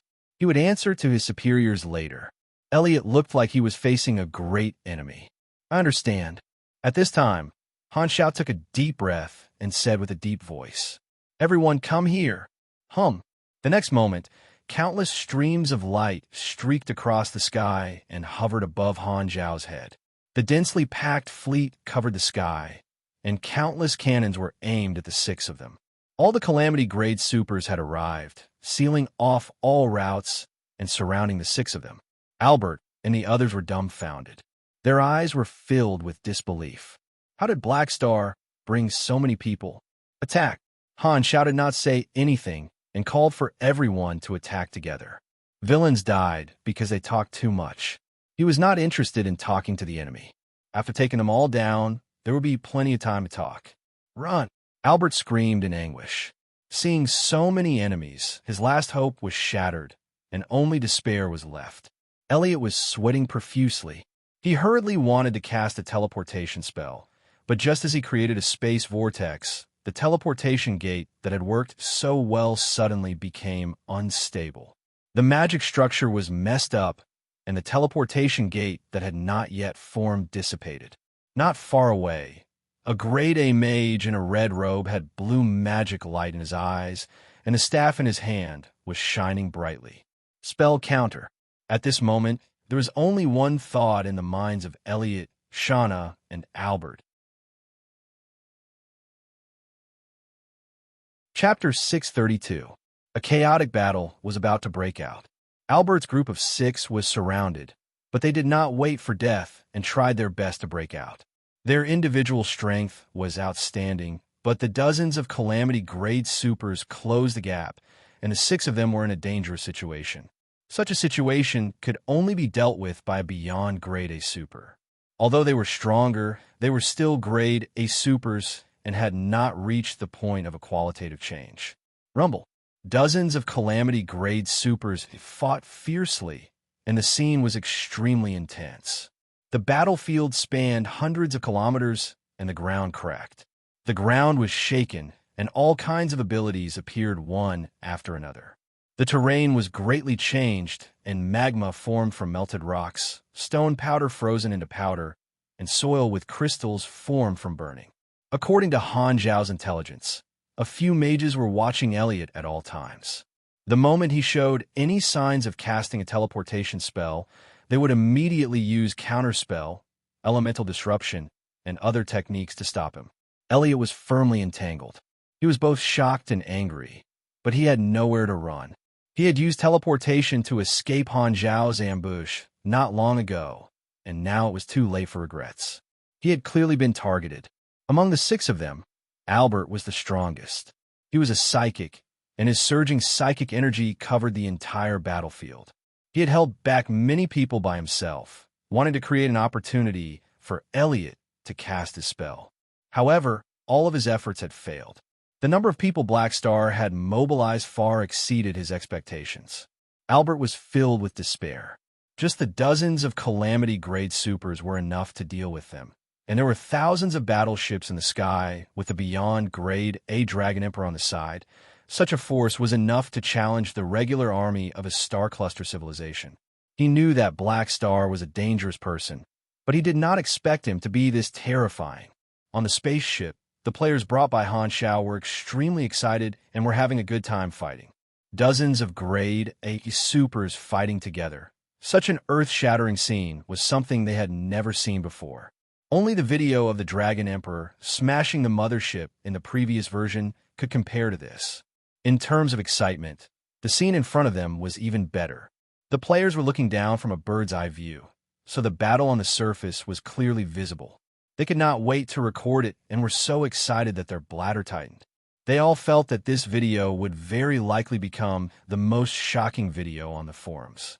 On the way here, the group of players found out that it was Han Xiao who had directed this scene.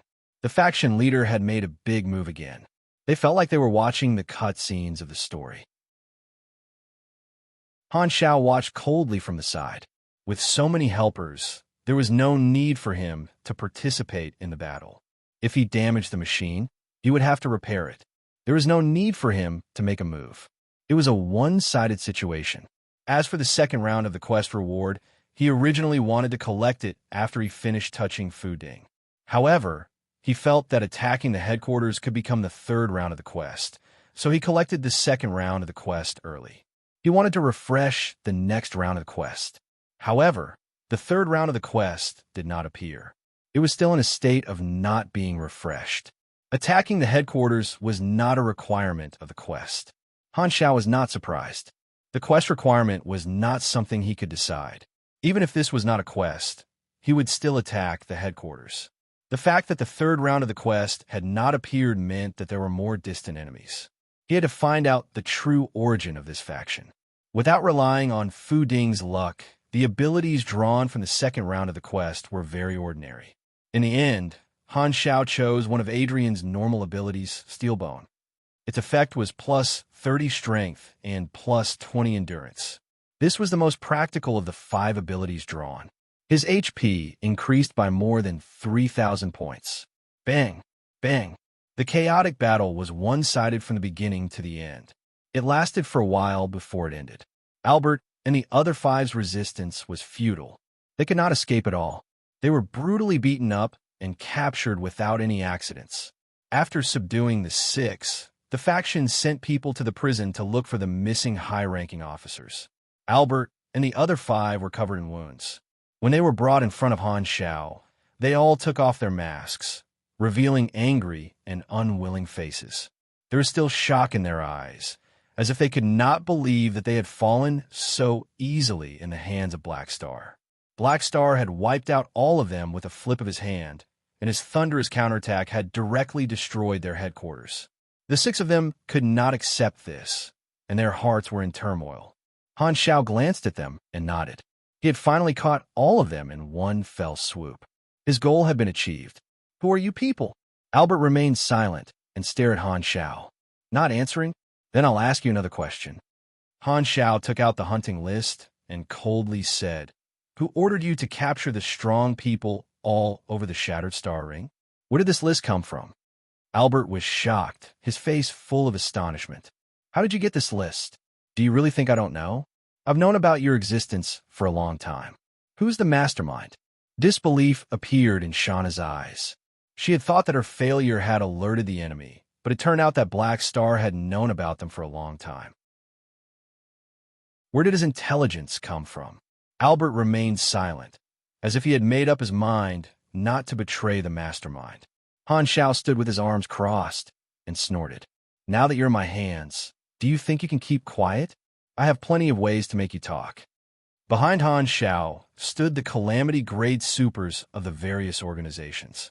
They would not let go of the mastermind and would not give up. If Albert and the others did not speak, they would obviously be tortured very badly. These organizations would think of ways to dig out information from their mouths.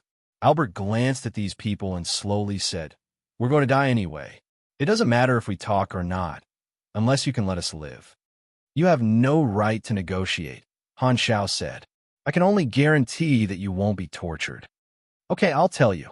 Albert seemed to have made up his mind and said with a deep voice, "The Clint Kingdom ordered us to do this." Han Xiao frowned. "I want evidence. I can prove our relationship with Clint," Albert said slowly. "Our intelligence came from an intelligence organization under the Bloodshed Land. The hunting list was secretly given to us by the upper echelons of Clint. They want to make the Shattered Star Ring more chaotic, so they hired us to eliminate their enemies and capture the strong. No, it's not Clint." Han Xiao frowned even more. It did not sound wrong, and everything could be connected. However, the mission introduction had already reminded him that the truth was definitely not that simple. He felt that Clint was most likely not the mastermind behind this mysterious organization. There were contradictions in their actions and motives. Albert might have purposely pushed the blame to Clint. Albert had no choice but to reveal some information. It was very likely that he wanted to cover up the real mastermind and use lies to replace the truth, making Clint the scapegoat. As for why he chose Clint, it might be that Clint was really related to this mysterious organization, or it might be because Clint was the best scapegoat in the Shattered Star Ring. Han Xiao stared at Albert's eyes, but he could not see anything, only calmness. He narrowed his eyes, but did not pursue the matter. He suddenly smiled. "I see. Clint is the mastermind. I believe you. That's right. I can provide any evidence you want. I hope you can keep your promise and not torture me." Albert insisted that it was Clint. Hearing this, the envoys of the various forces became extremely hostile toward Clint, and they were furious. Is Clint crazy? How dare they do such a thing? Do they think we're easy to bully? After Clint joined the Crimson Dynasty, they became more and more arrogant. Furthermore, many organizations knew that Clint was very ambitious, so they believed most of the truth that Albert told them. The eyes of the emissaries of the Amethyst civilization sparkled, and they were secretly overjoyed. If they could make Clint the scapegoat, they would be willing to believe it regardless of whether it was the truth or not. This would push these organizations to the opposite side of Clint. The enemy of my enemy is my ally. Albert and the others obviously want to hide the real mastermind. Han Xiao did not plan to expose them and allowed them to frame Clint. He could find out the truth in private. After all, these people were in his hands, and he could do whatever he wanted with them. Making Clint the scapegoat was the most beneficial for him at the moment. This way, he could indirectly increase his allies and share the pressure of the secret war. With so many organizations knowing this truth, the news would definitely spread throughout the entire Shattered Star Ring. By then, Clint's reputation would be greatly affected, and the rumors would become the truth after a long time. They would not be able to get away with this. Han Xiao originally only wanted these organizations to owe him a favor and establish a cooperative relationship. Making Clint the scapegoat was a complete surprise, and he would not be blamed for it. At this time, the search team brought back all the prisoners from the prison. With the help of their companions, these unlucky fellows finally got rid of all the shackles on their bodies and were no longer soft-footed shrimps. Someone really came to save us. So many people came. Kernid and the others were overjoyed. They looked around, and many of them saw their own organizations. They quickly returned and chatted with their companions. Very soon, they learned that it was Black Star who had provided the information and saved them. Everyone came up to Han Xiao one after another to express their gratitude with excitement. If it weren't for you, we would be dead. Thank you. We owe you a favor. If you need any help in the future, just let us know. Black Star, you're my brother from now on. Han Xiao replied to them one by one with a friendly attitude. Notifications kept popping up on the interface. His relationship with these organizations increased tremendously, jumping straight to friendly. For people like Kernid who were saved, their favorability increased the most. He expressed his intention to maintain cooperation, and the others naturally did not reject. Not to mention this favor, the Black Star Corps itself was an organization worth befriending, and Dragon Emperor Ames was even more powerful. This incident became the bond of cooperation. After saving these unlucky fellows, Han Zhao's network increased tremendously, and he gained a lot of potential help. The emissary of the Amethyst civilization also got what he wanted. Some organizations expressed their willingness to join Section 0 and help Purple Crystal fight against Clint. This was all thanks to Han Zhao. His favorability with Purple Crystal increased by 2,000 points, and he was one step closer to exchanging for cutting-edge knowledge. Han Zhao had another goal. Some of the people who were captured were lone calamity-grade supers. After saving them and increasing their favorability with him, he would have a chance to recruit them. After asking around, most of the lone grade A supers rejected him, expressing that they had no intention of joining any organization. Only one person was willing to join the Black Star Corps, which made Han Zhao overjoyed. It was not a loss to be able to recruit even one person. He was the only grade A in the army at the moment, and having one more person would be equivalent to doubling the number of people. This was the first grade A supers that he had recruited. The person who accepted the invitation looked very depressed. It was Loggy. Loggy did not hesitate when accepting the invitation. After being locked up for 10 years, he did not have anywhere he wanted to go. Since Han Zhao had saved him, he was willing to follow Han Zhao. After all, to him, wherever he went, he would just rot and grow old. Han Zhao shook his hand and said warmly, "Welcome to the Black Star Corps. You will definitely be satisfied with the treatment. We'll be comrades from now on. What's your name?" Loggy shook Han Zhao's hand and sighed. "I'm Loggy."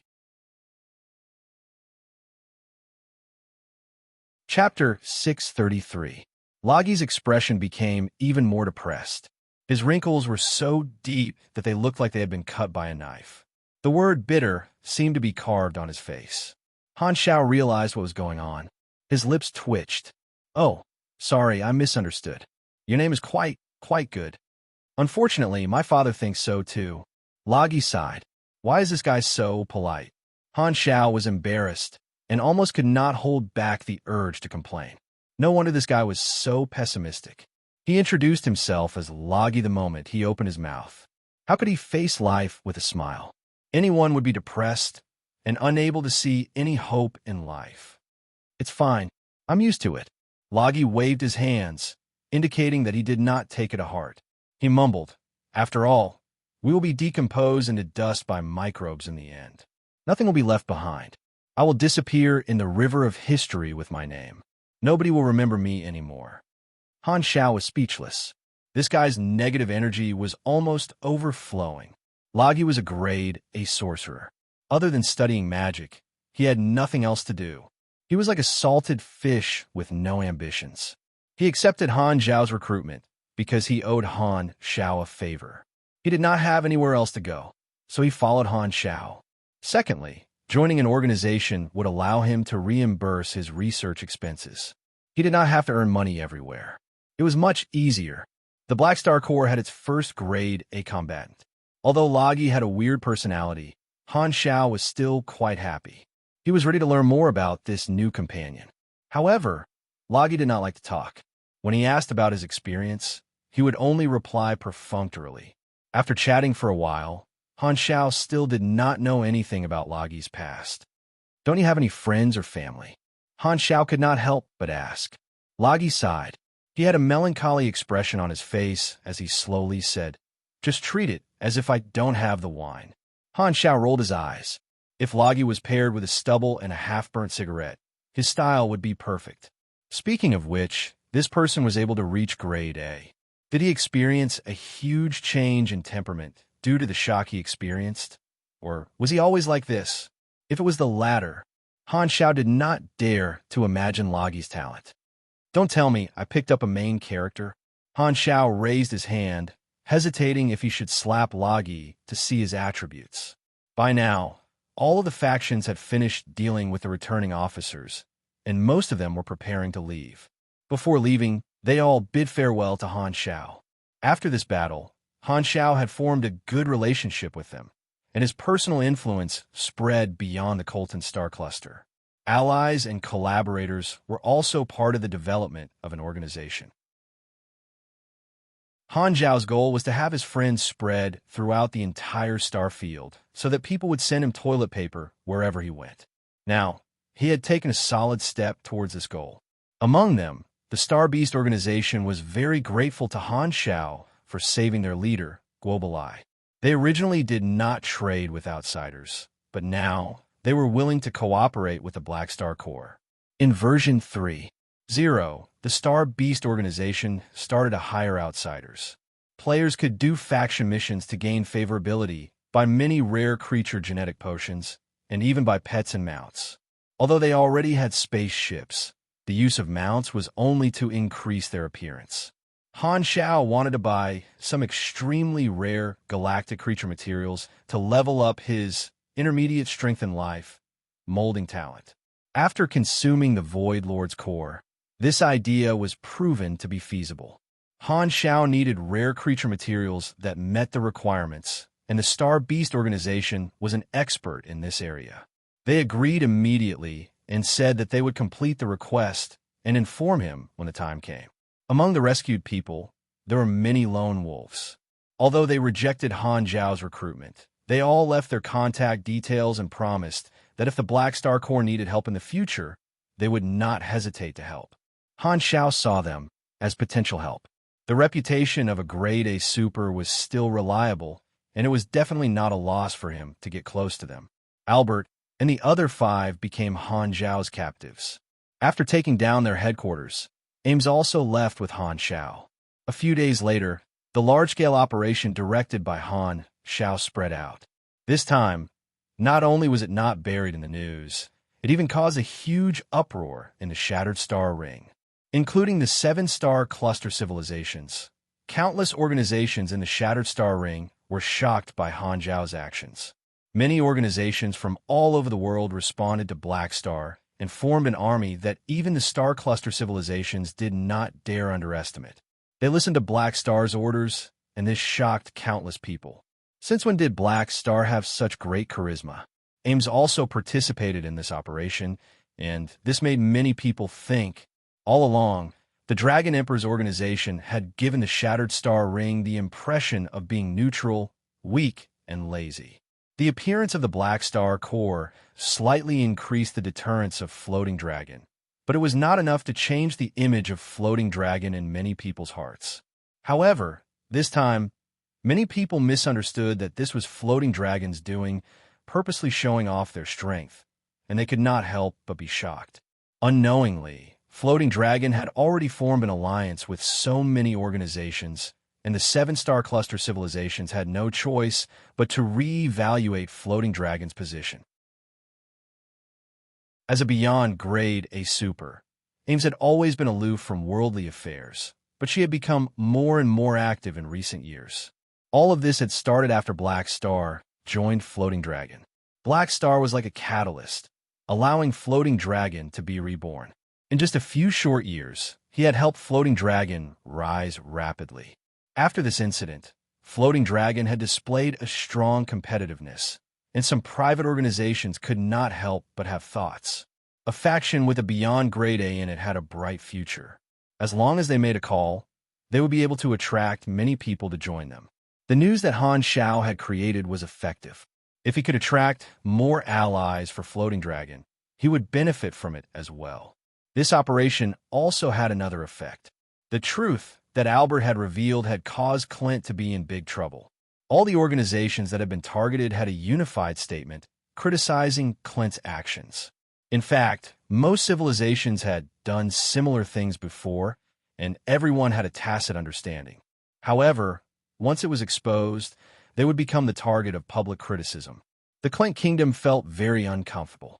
They had been sitting at home, but trouble had fallen from the sky. They had been enjoying themselves as onlookers, but they had suddenly been implicated. The official spokesperson naturally denied it, but it was a pity that it was not of much use. Of course, Clint was a powerful star cluster civilization after all, and all the affected organizations would at most condemn them. However, the hidden effect was not small. More organizations became wary of Clint. At the moment when chaos was about to descend, every organization was very cautious. In fact, Albert did have a cooperative relationship with Clint, but Clint only provided them with information. Albert and the others came from another star field, and Clint was not their master. After a coincidental encounter, Clint had taken a liking to their strength and decided to provide them with information. They did have the intention of using someone else to do their dirty work, so Albert had not wronged Clint. Exposing such an incident at the moment when they were targeting Purple Crystal was equivalent to indirectly increasing Purple Crystal's help, giving the other party more chips in the secret war.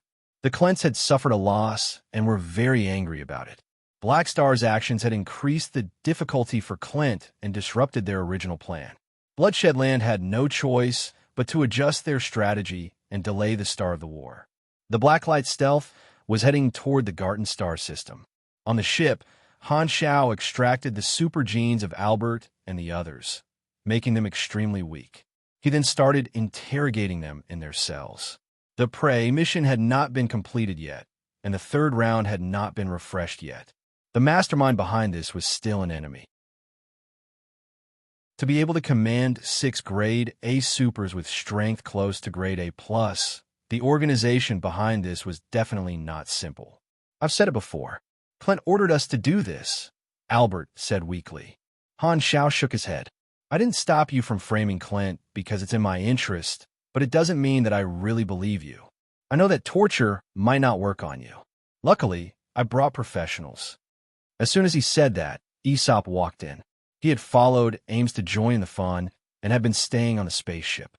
His Esper ability was suitable for intelligence gathering. Even if Albert and the others did not confess, it would be useless. Aesop did not mind helping Han Shao. I'll leave them to you, old man. Han Shao moved aside. Aesop snorted, touched the 6 of them, closed his eyes, and used his Esper ability. After a while, he opened his eyes, and his expression was not right. Old man, did you find anything? I didn't expect it to be them. Aesop mumbled to himself, and his tone became serious. Black Star, you've really provoked someone powerful this time. Han Shao narrowed his eyes. I didn't provoke them. They were the ones who targeted me. You're right. You can only blame yourself for being unlucky. Aesop sighed and mumbled, I thought that I would never have anything to do with these people again. Everything related to them will become very troublesome. Stop keeping me in suspense. Who are they? Have you heard of the Ancient Ones? Han Zhao's expression suddenly changed, and he became serious. Of course, he knew of this famous organization. Even in his previous life, the Ancient Ones were a famous organization in the eyes of the players. The Mecha Empire, Manison that Rista mentioned was a member of the Ancient Ones. This organization was very special. They had very few members and were located in different star fields. They were all top figures in the galaxy and had lived for many years. The longest could be traced back to the end of the exploration era, and there was no lack of beyond grade A supers among them. The organization structure was very loose, and it could be understood as a top social circle. They had a very high status in the universe, and even the 3 universal civilizations had to treat them with respect. In the Calamity of the Supers version, many of the beyond grade A members of the Ancient Ones formed their own factions, and Manison was one of them. Aesop was once a member of the Ancient Ones, but he quit later on. You're saying that the Ancient Ones are behind this? Han Shao was serious. The Ancient Ones were indeed an organization that he could not afford to provoke at the moment. I'm not sure. I didn't foresee the specific details. I only saw that this matter was somehow related to the Ancient Ones. Aesop explained. Hearing this, Han Shao looked at Albert. Albert's face was calm, and he did not show any reaction when Aesop mentioned the Ancient Ones. It was as if it had nothing to do with them, and Han Shao wondered if it was all an act. After thinking about it, Han Shao squatted down, looked into Albert's eyes, and asked, Are the Ancient Ones your real masters? No, Albert frowned. I've said it more than once, whether you believe it or not. Han Shao raised his brows. If it really has nothing to do with the Ancient Ones, with your style, I think you'll be more than happy to let me provoke them. Albert suddenly fell silent and did not say anything else.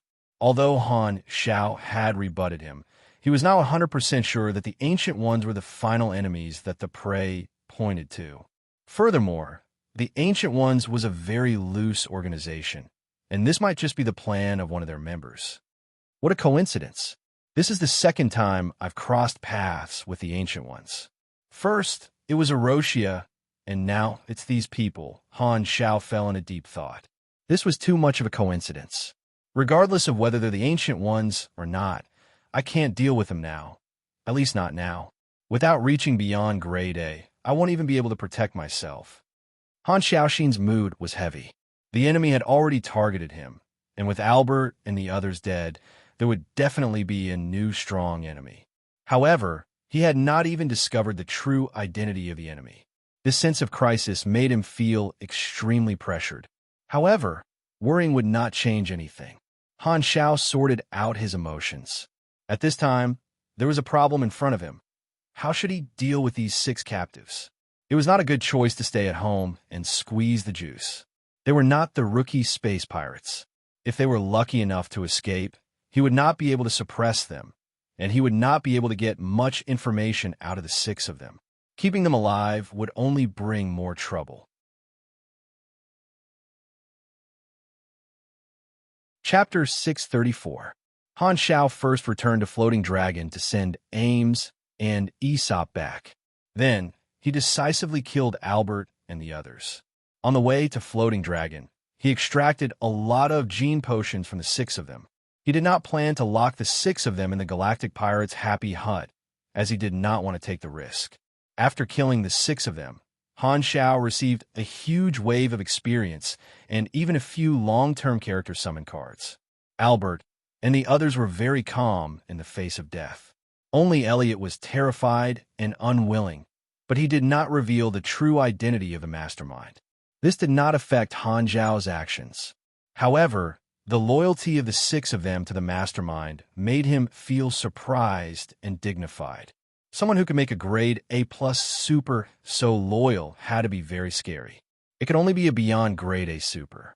No matter which member of the Ancient Ones organization it was not someone he could deal with at the moment. After killing the capable subordinates of the enemy, a grudge was formed. Han Xiao had no other choice. The enemy had targeted him, and he could not just wait for death. Enmity was inevitable. The 3rd round of prey had not refreshed yet, and he did not know what kind of force the enemy would send to deal with him in the next wave. The only good news was that at least the beyond Grade A super would not casually go to other star fields to attack, so he would not have to fight a beyond Grade A super.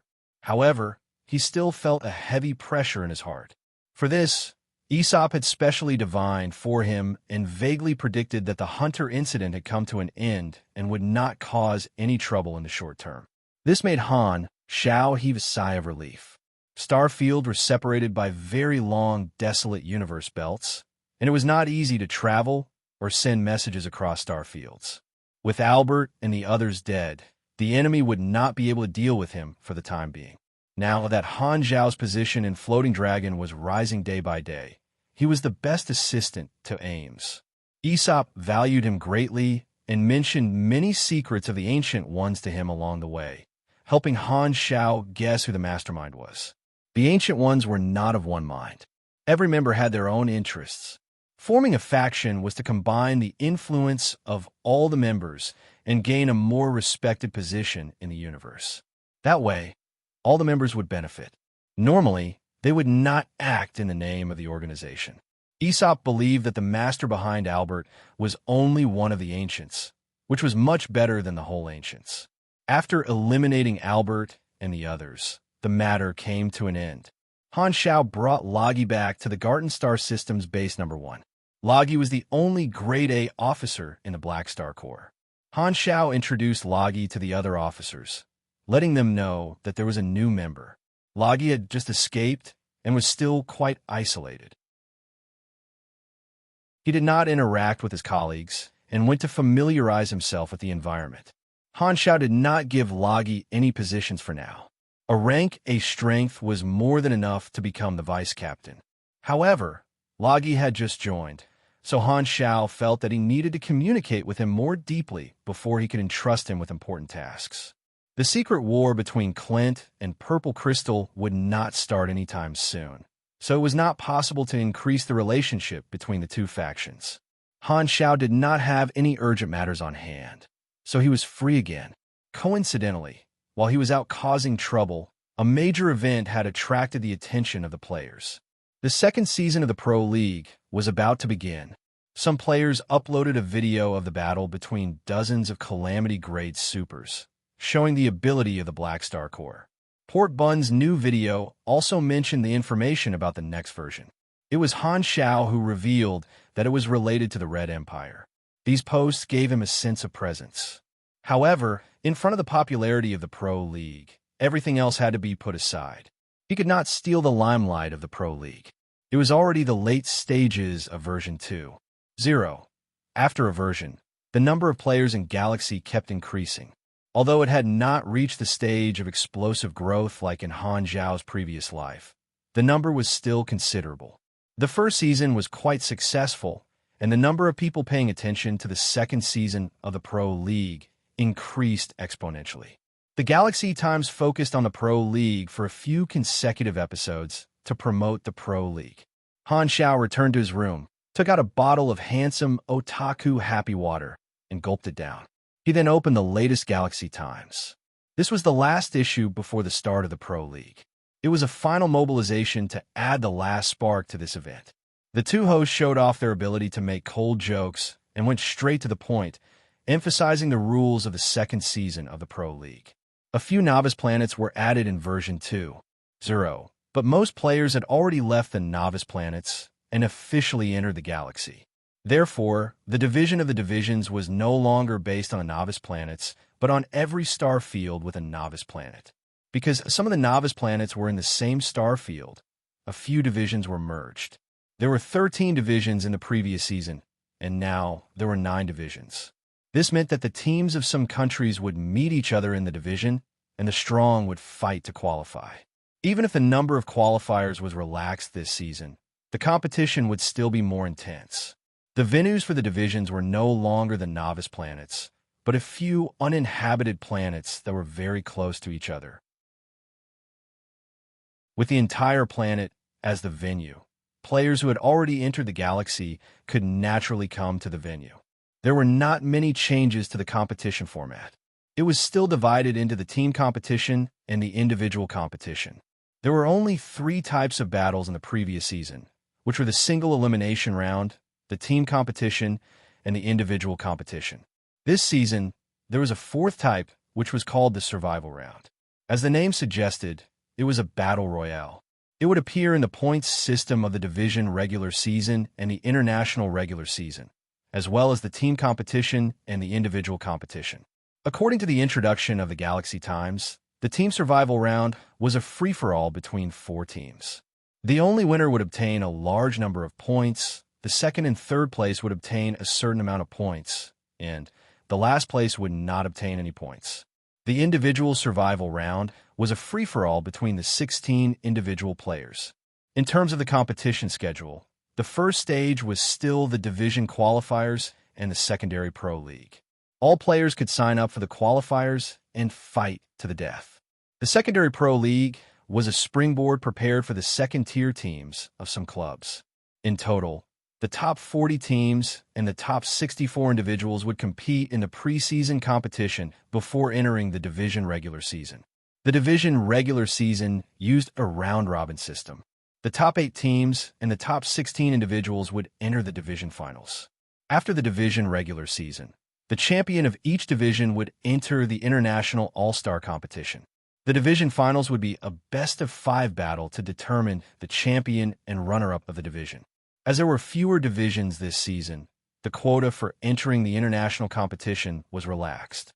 The top 4 teams and the top 8 individuals of each division could enter the international regular season. The gap between the international competition and the division finals was greatly shortened this time, and the competition schedule was much tighter than the previous season.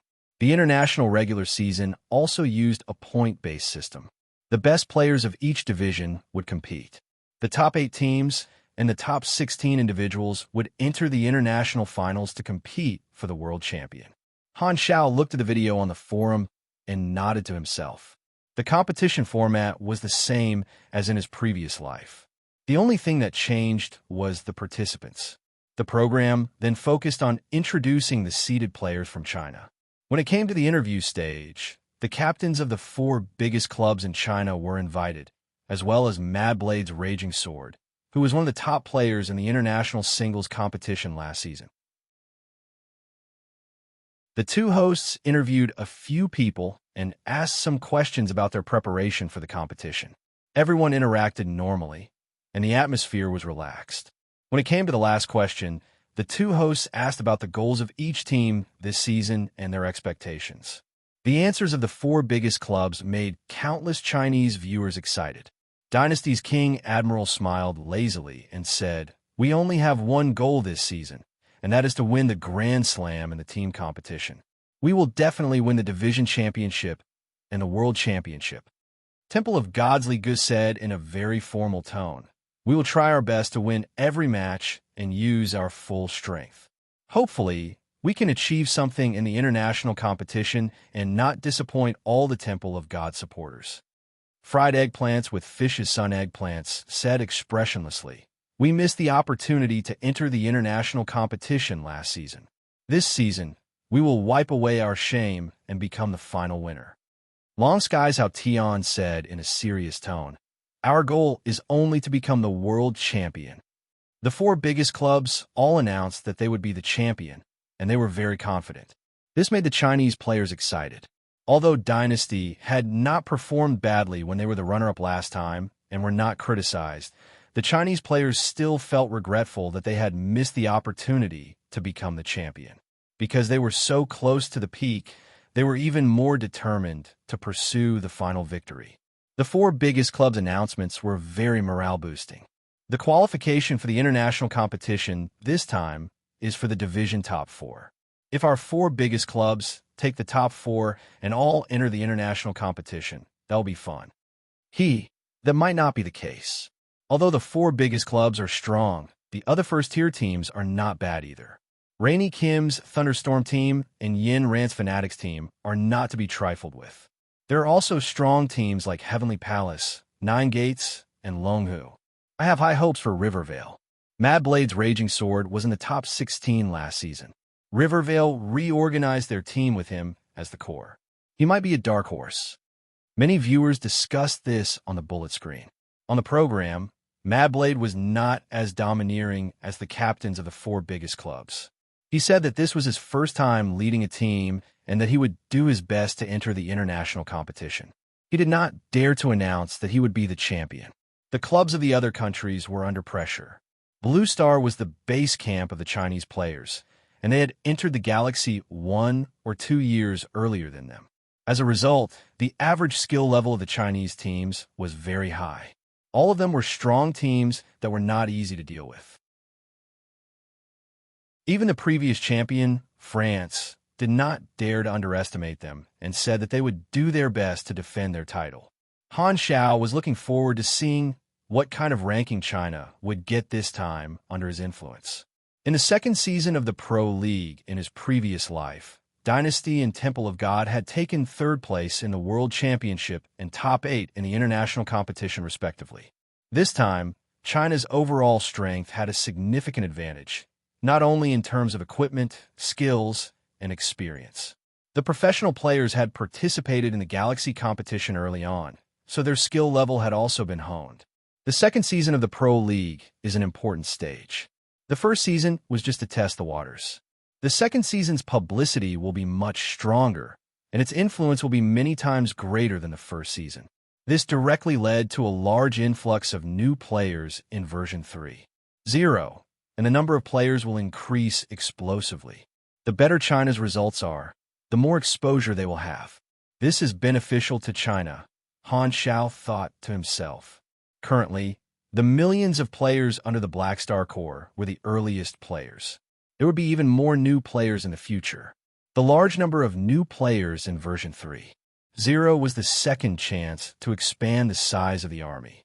Without the advantage of guiding the faction, he would have to compete with many factions in version 3.0.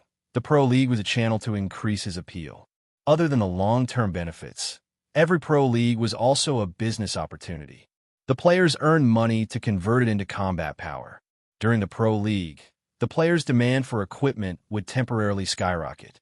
The large number of gene potions in the warehouse would be very popular, and he was only afraid that he would not have enough stock.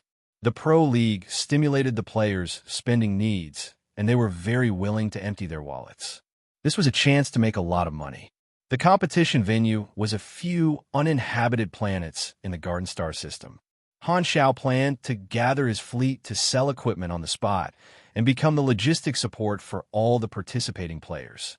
Whether it was repairing equipment, selling items, or learning skills, the players would be able to spend money on the spot. How happy would that be? Regardless of whether the players were happy or not, Han Xiao was very happy. The Pro League is going to start in 10 days. It's time to move.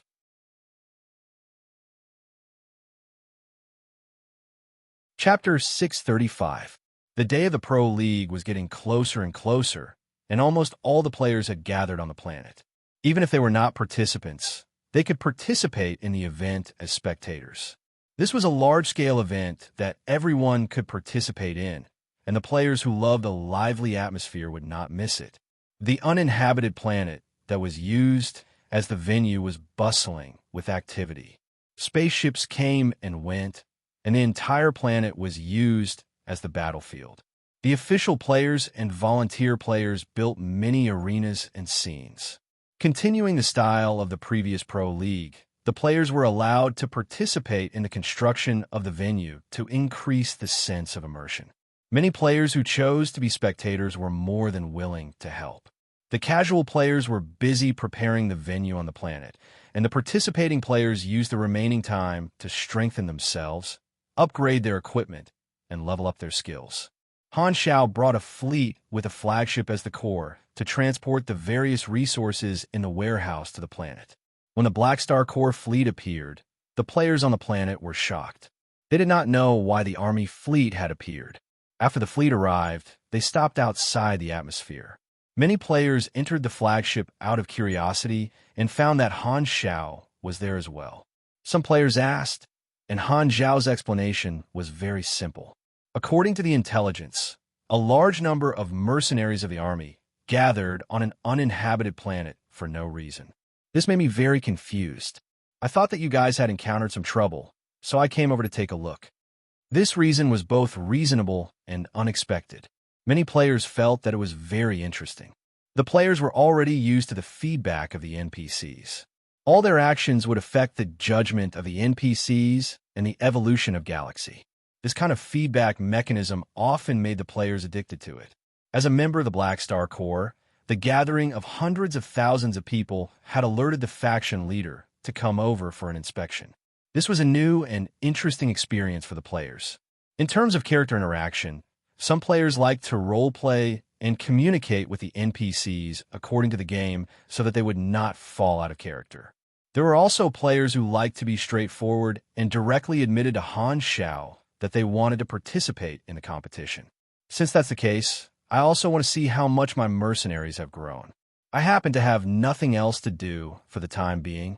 Han Xiao used a natural tone to give an excuse for staying, pretending to ignore the words Pro League that the players were talking about.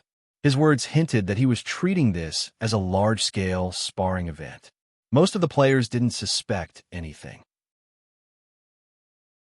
They didn't think that there would be NPC spectators in the Pro League. They felt that would be more fun. After discovering that the fleet also provided supplies, equipment repair, and potions purchase, the players were overjoyed. There was a supply station right next to them, making it convenient for everyone. The happiest were the club players. They were rich, and Black Star Supply Depot allowed them to adjust their tactics flexibly. They didn't have to go to other planets to buy equipment, which saved them a lot of time. Han Xiao was here to join in the fun, so he wasn't worried about the players' suspicions. As long as he didn't remind them, normal people wouldn't think in that direction. Regardless of how low the possibility of players suspecting NPCs was, even if they did, it would be useless. He had been running wild for so long without any trouble. If there was a problem, it would have happened long ago. He didn't directly interfere with the Pro League, so he didn't panic at all. 3 days later, the highly anticipated second Pro League officially began. The qualifiers were the first stage. This was the appetizer before the main course. Countless players who were either playing around or had the ability to compete, under the arrangement of the tournament staff, formed teams to fight for the right to compete in the regular season. As the venue was much larger, compared to the first Pro League, the qualifiers were much shorter. On the forums, the Pro League officials released highlights of the qualifiers from each division. The topic of the second Pro League completely dominated the forums, and posts with other content were quickly pushed to the back. Tens of millions of players from various countries were passionately discussing the top teams, seeded players, and dark horses in each division. In China, the home teams of the Big Four all had direct tickets to the regular season and didn't participate in the qualifiers. The ones that received the most attention were the other top teams, such as Thunderstorm, Fanatics, and so on. Frenzied Sword's Rivervale Battle Team had also attracted a lot of attention. They eliminated one team after another in the preliminary round, breaking through all obstacles like a hot knife through butter. In the singles competition, only King Admiral, Madblade, and a few others who made it to the internationals had direct tickets to the regular season and didn't need to participate in the most competitive individual qualifiers. Because the team qualifiers required teammates, anyone could sign up for the individual qualifiers. Most players wanted to give it a try, so the number of people who signed up was the highest. Almost everyone was participating. Compared to version 1.0, the strength of the players was much stronger. There were more styles, and the fights were more intense and exciting. There were many different abilities, and it was too much for the eyes to take in. Ever since entering the galaxy, the players had also come into contact with the mage and psychic classes. Some of the newer players, or old players with new accounts, chose these two classes. All the divisions had 5 superclasses, but there was a difference in the ratio. The classes that only appeared in version 2.0 naturally had the least number of players. However, compared to his previous life, the situation had changed. Originally, the proportion of mechanic class players was second to last, even surpassed by the mage class players. Now, however, the number of mechanic class players was second to none, second only to the pugilist class. The reason for this was that Han Xiao had tricked a large number of players into becoming mechanic class players in version 1.0. Another intuition that Han Xiao had was that the average strength of the Chinese players in this division was much higher than in his previous life. He had allowed Blue Star to enter the galaxy 1 or 2 years earlier. Be it in terms of experience, money, or battle experience, the Shattered Star Ring division had more advantages than in his previous life. The rich resources provided a strong support for the tactical choices of the teams. Any team that could be called had above-average combat strength. The second season of the Pro League was unprecedentedly grand. The entire planet was a battlefield, and the qualifiers and the secondary Pro League were in full swing. The competition was shorter than the first season, so it was more intense. More than 10 days later, the qualifiers finally came to an end in a festive atmosphere, and the regular season roster of each division was released. The roster of the other divisions was not much different from in his previous life, but in the Shattered Star Ring division, there were obvious changes. The strong teams did not have much of a problem, and they all qualified like in his previous life. The only changes were some of the lower spots, as many new teams and players had appeared. There was one person that surprised Han Xiao, Maple Moon, who was supposed to participate in the third season of the Pro League.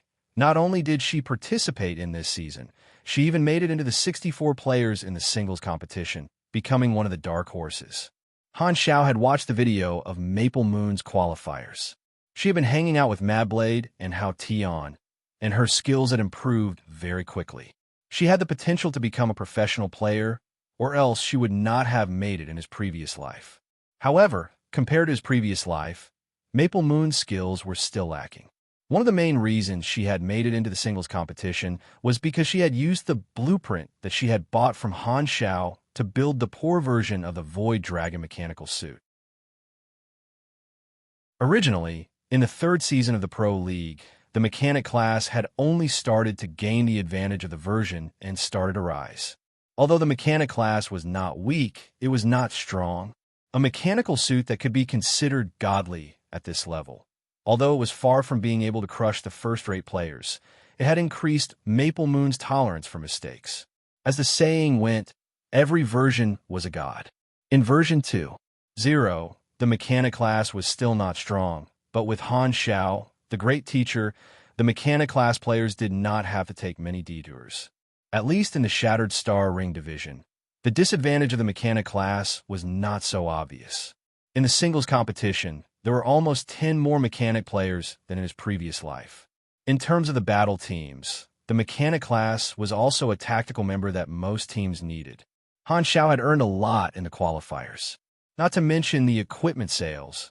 Almost all the players were using Black Star's mechanical equipment. He had also earned a lot from the gene potions, and the club teams had purchased them in large quantities. The gene potions had a good tactical effect and could become an X factor in battles. If not for the fact that he had enough stock, the club would have probably bought all of his gene potions. Using the business opportunity of the Pro League, Han Zhao's savings had broken through a small target. Everyone participated in the qualifiers, and the regular season was the main course. The impact of Han Zhao's recent large-scale operation had yet to fade, and many organizations were still paying attention to the Black Star Corps' every move. A large number of Black Star mercenaries had gathered on the competition planet, and this abnormal movement had attracted the attention of many organizations. They were secretly guessing Han Zhao's motive. When some of the mercenaries in the same industry heard the news, they were envious. This incident had indirectly shown the control that Black Star had over the army.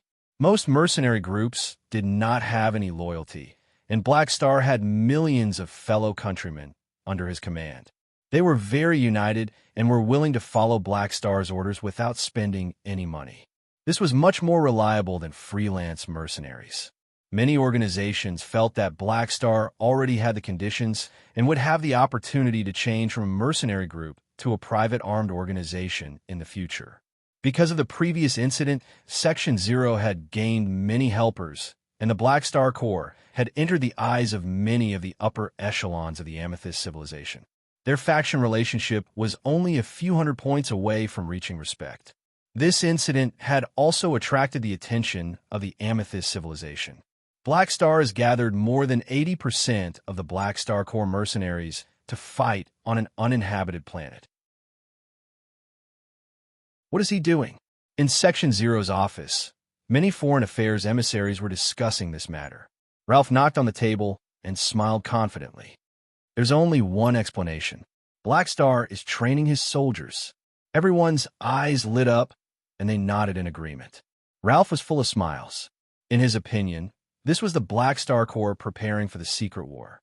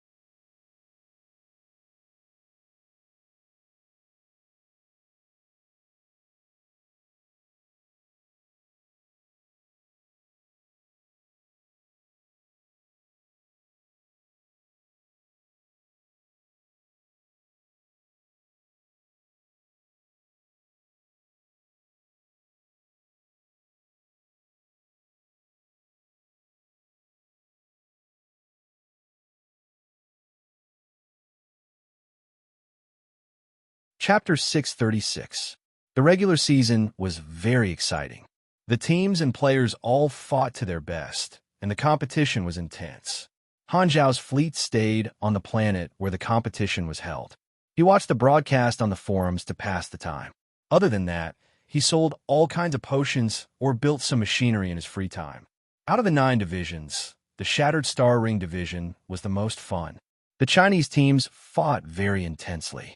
The Black Star Corps provided all kinds of creative strategies, such as the group's self-destruct tactic using nuclear-powered flying backpacks. Those who dared to use this tactic had obviously given up on healing. They knew that they would not be able to advance, so they started to be naughty. Compared to the competition in the other regions, the competition between the Chinese teams was even more suspenseful. Due to the fact that Han Xiao was selling the gene serum, the competition was even more uncertain. Who knew how many times the Chinese teams had turned the tables? As the regular season came to an end, the finalists of the various divisions were basically confirmed. What surprised Han Xiao was that Mad Blade's Rivervale team actually climbed to the 2nd place in the division, right behind the Dynasty team that had won almost all their matches. It was Mad Blade's first time leading a team, and such a result was very eye-catching. Rivervale was actually not very strong in a proper battle. However, in the new survival mode, they were like gods helping them. They managed to survive until the end many times and obtain a large number of points. Therefore, in the second half of the competition, they continuously destroyed the other strong teams and reached the 2nd place. The 8 teams that had advanced in the Shattered Star Ring Division Finals were ranked according to their points. Dynasty, Rivervale, Long Sky, Temple of God, Thunderstorm, Fried Eggplants with Fish, Fanatics, 9 Gates in the singles competition, King Admiral, Mad Blade, Hao Tian Liga, and other strong players all made it to the top 16. Maple Moon was ranked 38th. Although she was unfortunately eliminated, her performance was remarkable and attracted a wave of fans. Although she did not achieve the results of the 3rd Pro League in Han Zhao's previous life, she made a name for herself 1 season earlier. Many teams wanted to sign her and train her. After the regular season ended, there would be a break before the division finals began. As the schedule was tighter than the previous season, there would not be too long of a break. During this period of time, the teams of the 9 divisions and the individual point winners would participate in the international all-star competition and perform in the competition. The Chinese players were leaving comments on the forum. They could not wait to see Dynasty fight with other strong teams from other countries again. The previous world champion, French Tulip, was also the champion of the division. As the runner-up, Dynasty would have the opportunity to fight the previous champion again. Although it was just an exhibition match, countless Chinese players still hoped that Dynasty could avenge their previous humiliation and maintain their strength in the regular season. They wanted to beat them to death. Before the start of the international all-star competition, Han Xiao received a piece of good news. During the Player League, the Star Beast organization had finally gathered the rare creature materials that Han Xiao had requested and sent them to Han Xiao from afar. In the main hall of the flagship, a member of the Star Beast organization who was transporting goods presented an alloy box and spoke respectfully. "Your Excellency Black Star, the goods you requested have been delivered. Leader Guobalai salutes you." "Okay, thank him for me. We will have many opportunities to work together in the future." Han Xiao nodded and sent the person away. He then carried the box to the cultivation room. After closing the door of the cultivation room, Han Xiao opened the box. White frost-like air flowed out and blocked his vision. After it dispersed slightly, Han Xiao saw 10 tubes of liquid of different colors. Some were colorful, some were transparent, and some were dark blue. These were all drugs refined from the essence of rare, galactic creatures. They were basically related to the void species. There is a risk of mutation when injecting biological drugs. The direct manifestation was that it would reduce attributes. The lower the compatibility, the more likely it was to mutate.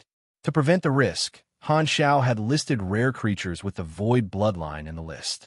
He was a void species himself, so it would be difficult for him to mutate if he had high compatibility. Void creatures were not easy to find. The Star Beast organization had spent a lot of effort to gather them. Han Shao took out the syringe gun and injected them into his body one by one. He would rest for a while in between to check the reaction. After confirming that there were no problems, he would inject the next tube. The first few tubes gave him a few new attributes, but the effect was slowly decreasing. By the sixth tube, it no longer gave him any attributes. The last time his talent leveled up, it also happened when he continued to inject after it no longer gave him any attributes. Your talent, intermediate strength in life, has leveled up. Upgrade complete. Original talent has become advanced strength in life. This talent has finally leveled up. Han Zhao's face was filled with joy. Before the upgrade, the ratio of Yindi to HP was 130. Now it was 160. Not only that, there was a new effect. Every 40% HP loss would increase all attributes by 10%. This new effect gave him a flash of inspiration. I have two talents that convert HP and MP, and my HP regeneration is extremely fast. If I can trigger a new effect every 40% HP loss, it means that the longer the battle, the stronger I will become. Harmon had a similar ability, and he had seen its power with his own eyes. As expected of a molding talent, the increase to my combat strength is immediate. The only problem is my HP is too low. It'll take a long time to reduce my HP by 40%. Health, 117910. My HP is finally broken through the 100,000 mark. Pugilists are nothing. Even if the vanguard officials of Bloodshed Land gang up on me, I can tire them to death. When the secret war starts, I can find them and have some fun. Han Shao chuckled. He was already as tanky as a wild horse. How could he still be a mechanic? He might as well be a muscle mechanic. At the center of the explored universe was the base star fields of the three universal civilizations. These were the three most prosperous star fields in the galaxy, and were collectively known as the Central Galaxy. There were as many strong people as there were clouds, and it was the center of power and wealth of the universe. The Abyss of Stars was one of the three star fields of the Central Galaxy, the core territory of the Radiant Federation. In this star field, there were some well-known forbidden areas. Shadow Ancestral Land was one of them. This was a man-made planet. Beside, it was a strange black satellite. There was no land or water, as if it was a gaseous planet made of some kind of black gas. The reason why the Shadow Ancestral Land was a forbidden area in the Abyss of Stars was because it was the territory of the Beyond Grade A Super, Thousand Shadows. Just like the Shattered Star Ring, as one of the Central Galaxy's Abyss of Stars, there were also Beyond Grade A Supers there, and there were more than 4 of them. Among the Beyond Grade, as in the Abyss of Stars, Thousand Shadows was a recognized anomaly. No one knew his name, and no one had ever seen his true face. The travelers who had set foot in the ancestral land of shadows had disappeared without a trace. This gave Thousand Shadows a mysterious and dangerous aura. People could only understand him from a few words of legends. These legends could be traced back to the end of the exploration era. There were already records of Thousand Shadows thousands of years ago. There was a city in the Shadow Ancestral Land. There were many buildings, many bases, and countless spaceships docked at the docks. However, the strange thing was that there was almost no one there. It was dead silent and desolate. A man was running on the empty street. The sound of his footsteps and the wind was one of the few sounds in this silent city. In the middle of the city was a tower-like palace. He ran into the palace with its door open, ran through the silent corridor, and followed the spiral staircase to the top of the palace. This was a very spacious room. On the wall at the end of the room, there was a round black mirror with a diameter of 5 meters. The man came before the mirror, and the dark and smooth mirror reflected the man's face. It was plain, and his eyes were pure white like 2 white crystals. The man stared at the mirror and murmured, "Your Excellency, Thousand Shadows, I have no intention of disturbing your sleep. Something has happened. Albert has failed. The team in the Shattered Star Ring was wiped out, and their prey was rescued. We need your guidance." Then, the man patiently waited for a response. After a while, ripples suddenly appeared on the mirror, and an indescribable, strange voice sounded. It was ethereal and hoarse, like the whisper of a high being. What about the others? The teams hunting prey in the other star fields did not encounter any trouble. Everything is normal. The new shadow will convey my will. The next moment, the dark satellite in outer space suddenly shot out a thin black ray, heading straight for the shadow ancestral land. It accurately hit the top of the palace, like a bridge connecting the two planets. Whoosh! The black mirror in the room let out a rippling sound. The next moment, 10 dark figures walked out of the black mirror one after another. It was as if they had walked out of the mirror into the real world. These figures were completely black, emitting tiny black particles that evaporated and disappeared in the air. It was unknown what they were, but the shapes of the figures were still changing. New limbs were growing out and disappearing one after another. In a few breaths, the 10 figures finally took shape. The blackness on the surface of their bodies quickly faded, as if a layer of fetal skin had been removed. They turned into 10 creatures of different species. Some were humanoid, and some were not. Their appearances and physical characteristics were also different. It was as if they were all independent living beings. The leader was a naked and beautiful woman. She closed her eyes and took a deep breath. This breath of oxygen seemed to awaken her sleeping body. Only then did she slowly open her eyes. Her sluggish eyes gradually turned lively. She stretched her body and let out a comfortable moan. How long have I been asleep? I seem to have forgotten a lot of things. The woman raised her eyebrows, looking like she was reminiscing. My name is Stephanie? The man beside her was already used to this scene. He nodded and said, Hello, Stephanie. What orders does His Excellency Thousand Shadows have? Thousand Shadows? Stephanie felt a sense of familiarity with this name. Many memories flooded her mind, and she said without hesitation, He wants us to continue Albert's mission, continue to capture the targets on the list, and catch the prey that escaped. The man nodded. Okay, the 10 of you will be the new team operating in the Shattered Star Ring. Follow me to get your equipment. Take a break and set off. Remember Albert's lesson. You have to be more secretive. I'll try my best.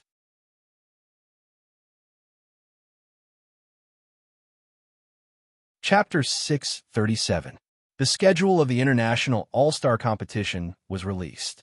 The opening match was the battle between the champion and runner-up of the previous season, the French Tulips versus the Chinese Dynasty. The organizers of the competition obviously thought that this could attract more attention for the All-Star competition, so they announced that the runner-up would challenge the champion. In all kinds of professional competitions, it was a tradition to invite the champion and runner-up of the previous season to the opening match. The effect was indeed very good. This opening match was the focus of everyone's attention. It was an unprecedented grand occasion, especially for the Chinese audience. Being the runner-up was an honor, but it also represented a regret. They hoped to see Dynasty beat the Tulips and give this season a good start. Not only the audience, but all the teams that were interested in entering the International League were paying attention to this opening match.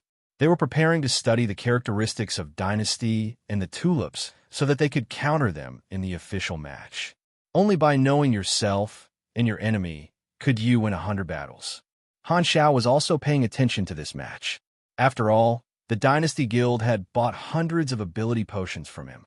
He had to observe the effect and see if there was a need for after-sales service. The All-Star competition was still using the same method as the previous season's International League. A specific gathering crystal, similar to an instance dungeon crystal, would be dropped in the shop and pulled into the same virtual environment. The official platform and Galaxy Times would broadcast the entire match, and the commentators would talk about it. A few days before the start of the match, Galaxy Times interviewed the Tulips and Dynasty teams separately and asked them about their views on this match. The captain of the Tulips, the god-level player Lost Angel, was very confident. He said that he would definitely win this match and defend the honor of the previous season's champion. With the championship halo, most of the audience naturally favored the Tulips. On the side of Dynasty, King Admiral never knew the meaning of modesty. He directly told the Tulips to wash their buttocks and wait, and they would definitely crush their opponents. Of course, this was not his original words, but that was what he meant. The Chinese audience did not want to see Dynasty being humble. Only courage could boost morale. They all waved their flags and shouted their support on the forums. After all, Dynasty had made great progress in the division regular season and showed an aura of "I can pierce through the sky." The Chinese players had high hopes for Dynasty and were afraid that they would become the Temple of God in the previous season. Temple of God had been criticized a lot last season and became a negative example. They were as fierce as tigers in internal battles and as meek as cats in external battles. Various experts analyzed before the match, and most of them thought that the Tulips were slightly stronger.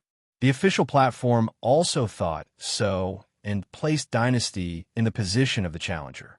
The Galaxy Times made a concluding report. The two captains, King Admiral and Lost Angel, have spoken from afar. No one is backing down. These two strong-seeded teams have the potential to win the championship. They are evenly matched, and they will present an exciting battle. The suspense will be maintained until the last moment. As for who will win in the end, please wait and see. Soon, the day of the opening match arrived. Countless players flooded into the live broadcast channel. Other than the official channel, there was also the Galaxy Times broadcast channel, inviting guests to watch the competition. Many viewers laughed when they saw the guest list of the Chinese version of the Galaxy Times. Port Bun and Beating Dog were among them. Bun Hit Dog's video career was on the rise, and he had finally turned himself from a nobody to a celebrity. He had a group of hardcore fans and haters, and he was mixed in with the guests made up of various professional players. It was quite a pleasant sight to see him make up the numbers. The two teams had already used the Gathering Crystal to enter the competition venue. Under the guidance of the host, King Admiral and Lost Angel led the team to walk through the venue. After a short interview, they each went to prepare. While waiting, the commentator and guests analyzed the situation and then began to gossip. The female commentator of the Chinese version of the Galaxy Times asked a few guests, "The competition is about to begin. Why don't you predict the result and tell us which team you think will win? You have to tell us the reason." The guests' answers were similar. They said that Tulips was very strong, but they thought Dynasty would win. They gave a bunch of rational reasons, mainly because they did not dare to face the Chinese audience and say that they thought highly of the enemy. Only Port Bun was different from the B*cheese beside him. His stance was extremely firm, and he did not hesitate at all.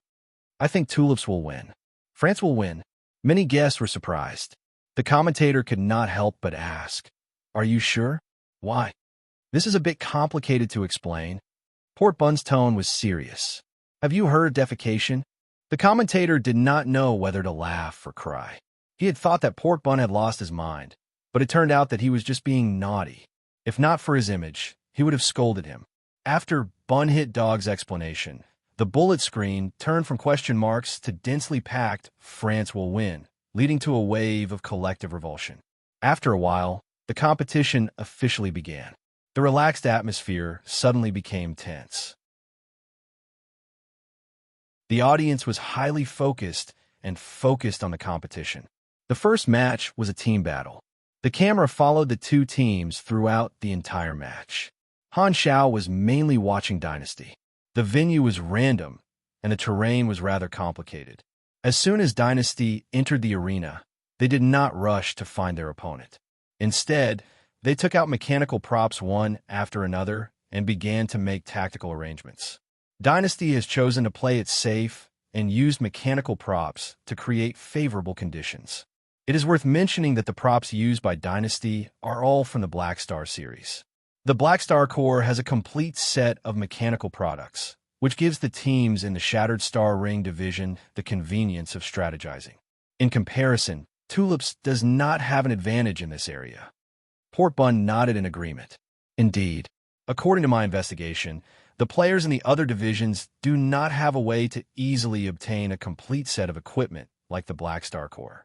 Although the pro players can still gather a full set of powerful equipment, it will take them more time. As soon as the Black Star Army was mentioned, the Chinese players seemed to have been injected with chicken blood. The bullet screen was filled with "Black Star is awesome," "Captain, love me again," "The Dragon Emperor's bootlicker was here," and so on. It was still fine in private, but when the Black Star Corps was mentioned in public during an international competition, the players in the Shattered Star Ring were very excited.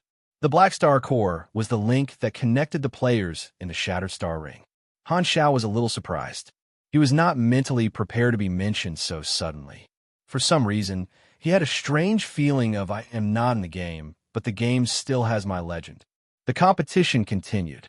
The two teams moved on the map and finally discovered each other's whereabouts. They quickly approached each other. The audience became nervous all of a sudden. They held their breaths and waited for the battle to begin. In their eyes, once the two strong teams clashed, it would definitely be an unstoppable battle. However, fantasy was often very different from reality. In reality, things did not go as they wished. There was no evenly matched battle. Dynasty crushed the Tulip Battle team from the beginning to the end. With a series of violent beatings, they destroyed their opponents like breaking rotten wood. The commentator and guests were so excited that they could not speak properly. The Chinese players could not hold back their excitement, but the players from the other countries were stunned. They did not have any preference. They were originally looking forward to a battle between the two teams, but they did not expect that the champion of the previous season would be crushed so easily by the runner-up. In the following group arena, Dynasty also won with an absolute advantage. The official commentator and referee were both dumbfounded. The organizers wanted to make the opening match an exciting battle, so they arranged for the champion of the previous season to fight against the runner-up. However, they did not expect the Tulips team to be so easily crushed by Dynasty. There was no suspense in Dynasty's victory. The bullet screen went wild, and the forums were in a frenzy. The Chinese players could only hold their heads high and wanted to praise Dynasty. Han Xiao was not at all surprised by this result. In his previous life, the French Tulips had won the first season, but in the second season, they were reduced to an average team. In the end, they almost did not make it into the top 8 of the international competition. Dynasty was much stronger than the previous season.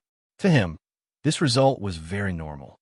Although the Tulips team was the champion of the previous season, the French players lacked the unique advantage of the Chinese players. That was, the French players had too few haters. There was no motivation, no pressure, unlike the Chinese players who lived in a difficult environment. In order to not get haters, they were full of motivation. On the other hand, the French players were not hardworking at all. They slacked off after winning the championship. They were simply showing off. Dynasty was the runner-up in the previous season, so they were even more motivated. He remembered that in the opening match in his previous life, the two teams were the French Tulips team and the American Devil team. In the end, the French Tulips team was crushed by the Devil team. Now, Dynasty had replaced the Devil team in the first season and was the runner-up. Therefore, Dynasty was the one who crushed the Tulips team. After the opening match ended, the experts' opinions changed. They started to praise Dynasty, fully fulfilling their role of being a hindsight. The teams from other countries all saw Dynasty as their strongest competitor. They focused on studying the recordings of the matches, trying to find strategies to counter them. Dynasty's victory caused a sensation and garnered a lot of attention. They were in the limelight and crushed the other three powerhouses. The Chinese players cheered for them, almost treating Dynasty as their home team.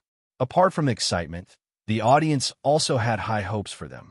Most of the Dynasty players were more or less nervous. As members of the powerhouses, they knew that the current situation was a double-edged sword. If they won all the way to the end, needless to say, they would definitely be put on the altar. However, if they lost, everyone's mistakes would be magnified, and they would be scolded to death. The higher the exposure, the greater the pressure. Only King Admiral was experienced and did not care. After the surprise of the opening match, the International All-Star competition officially began. The strong teams had a performance match, which could be considered as the warm-up for the international regular season. The champions of the 9 competition zones had all displayed their own standards, showing off their elegance. The competition schedule for this season was very tight. After the All-Star competition ended in a few days of rest, the division finals started seamlessly. In the Shattered Star Ring division, The 8 strong teams were split into 4 groups according to their points. Dynasty versus 9 Gates, Rivervale versus Fanatics, Long Sky versus Fried Eggplants with Fish, and Temple of God versus Thunderstorm. The most interesting match was Long Sky versus Fried Eggplants with Fish. The 2 powerhouses met in the first round. As only the top 4 could participate in the international regular season, this meant that one of the powerhouses would not be able to participate in the international regular season. Last season, Fried Eggplants with Fish had not been able to participate in the international regular season. This time, they went all out and swore to defeat Long Sky.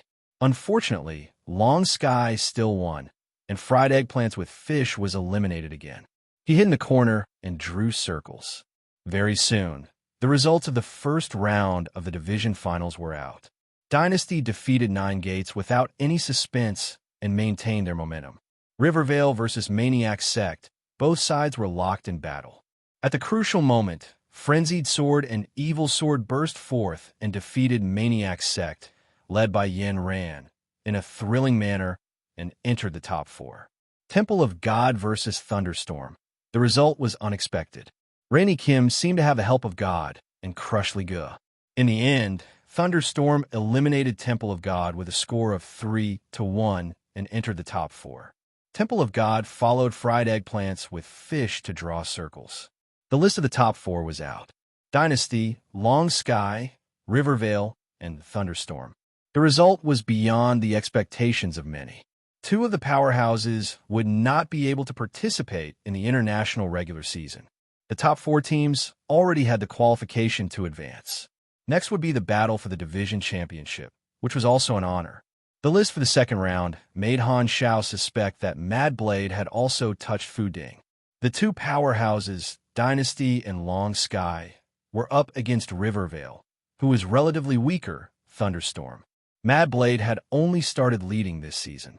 Rivervale was originally a 2nd or 3rd tier team, but they had actually obtained the qualification to participate in the international regular season and made it all the way to the top 4.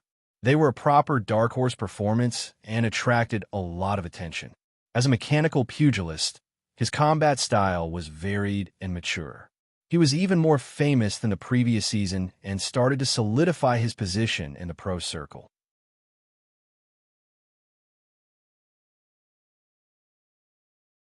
Chapter 638. A few days later, the results of the second round of the division finals were announced. Dynasty defeated Long Sky steadily, and Rivervale eliminated Thunderstorm. Dynasty and Rivervale met in the final round to fight for the championship. Mad Blade did not have the same good luck as before. The difference in strength was too huge, and he could not lead Rivervale to victory. In the end, Dynasty won the division championship for the second time. Before the King Generals tournament, they had boasted that they would win the Grand Slam of both the regional and international championships. Now that they had fulfilled one of the requirements, Dynasty's attention continued to increase. Countless players were looking forward to it, hoping that Dynasty would really fulfill their promise. To Frenzied Sword, he was already quite satisfied that he was able to clinch second place in his first time leading a team. The team still had room for improvement. Rivervale was definitely the dark horse of this season, and they had also gained a large number of new fans. Long Sky defeated Thunderstorm in the end and won the division championship. If they had not met Dynasty in the second round, how Tion's team could have won the division championship. The champions of the 9 divisions were also decided, and the division championship came to an end. The schedule was arranged to rest for more than 10 days before the international regular season. There were no more competitions in the various divisions, and the players could not watch the international competition live. They could only watch the broadcast on the forums. Therefore, the players did not stay on the planet and left, doing their own things while paying attention to the forums. Due to the division tournament, countless players did not do any missions during this period of time and were delayed quite a bit. Only 100,000 mercenaries and a small portion of players were still doing business in the Black Star Army.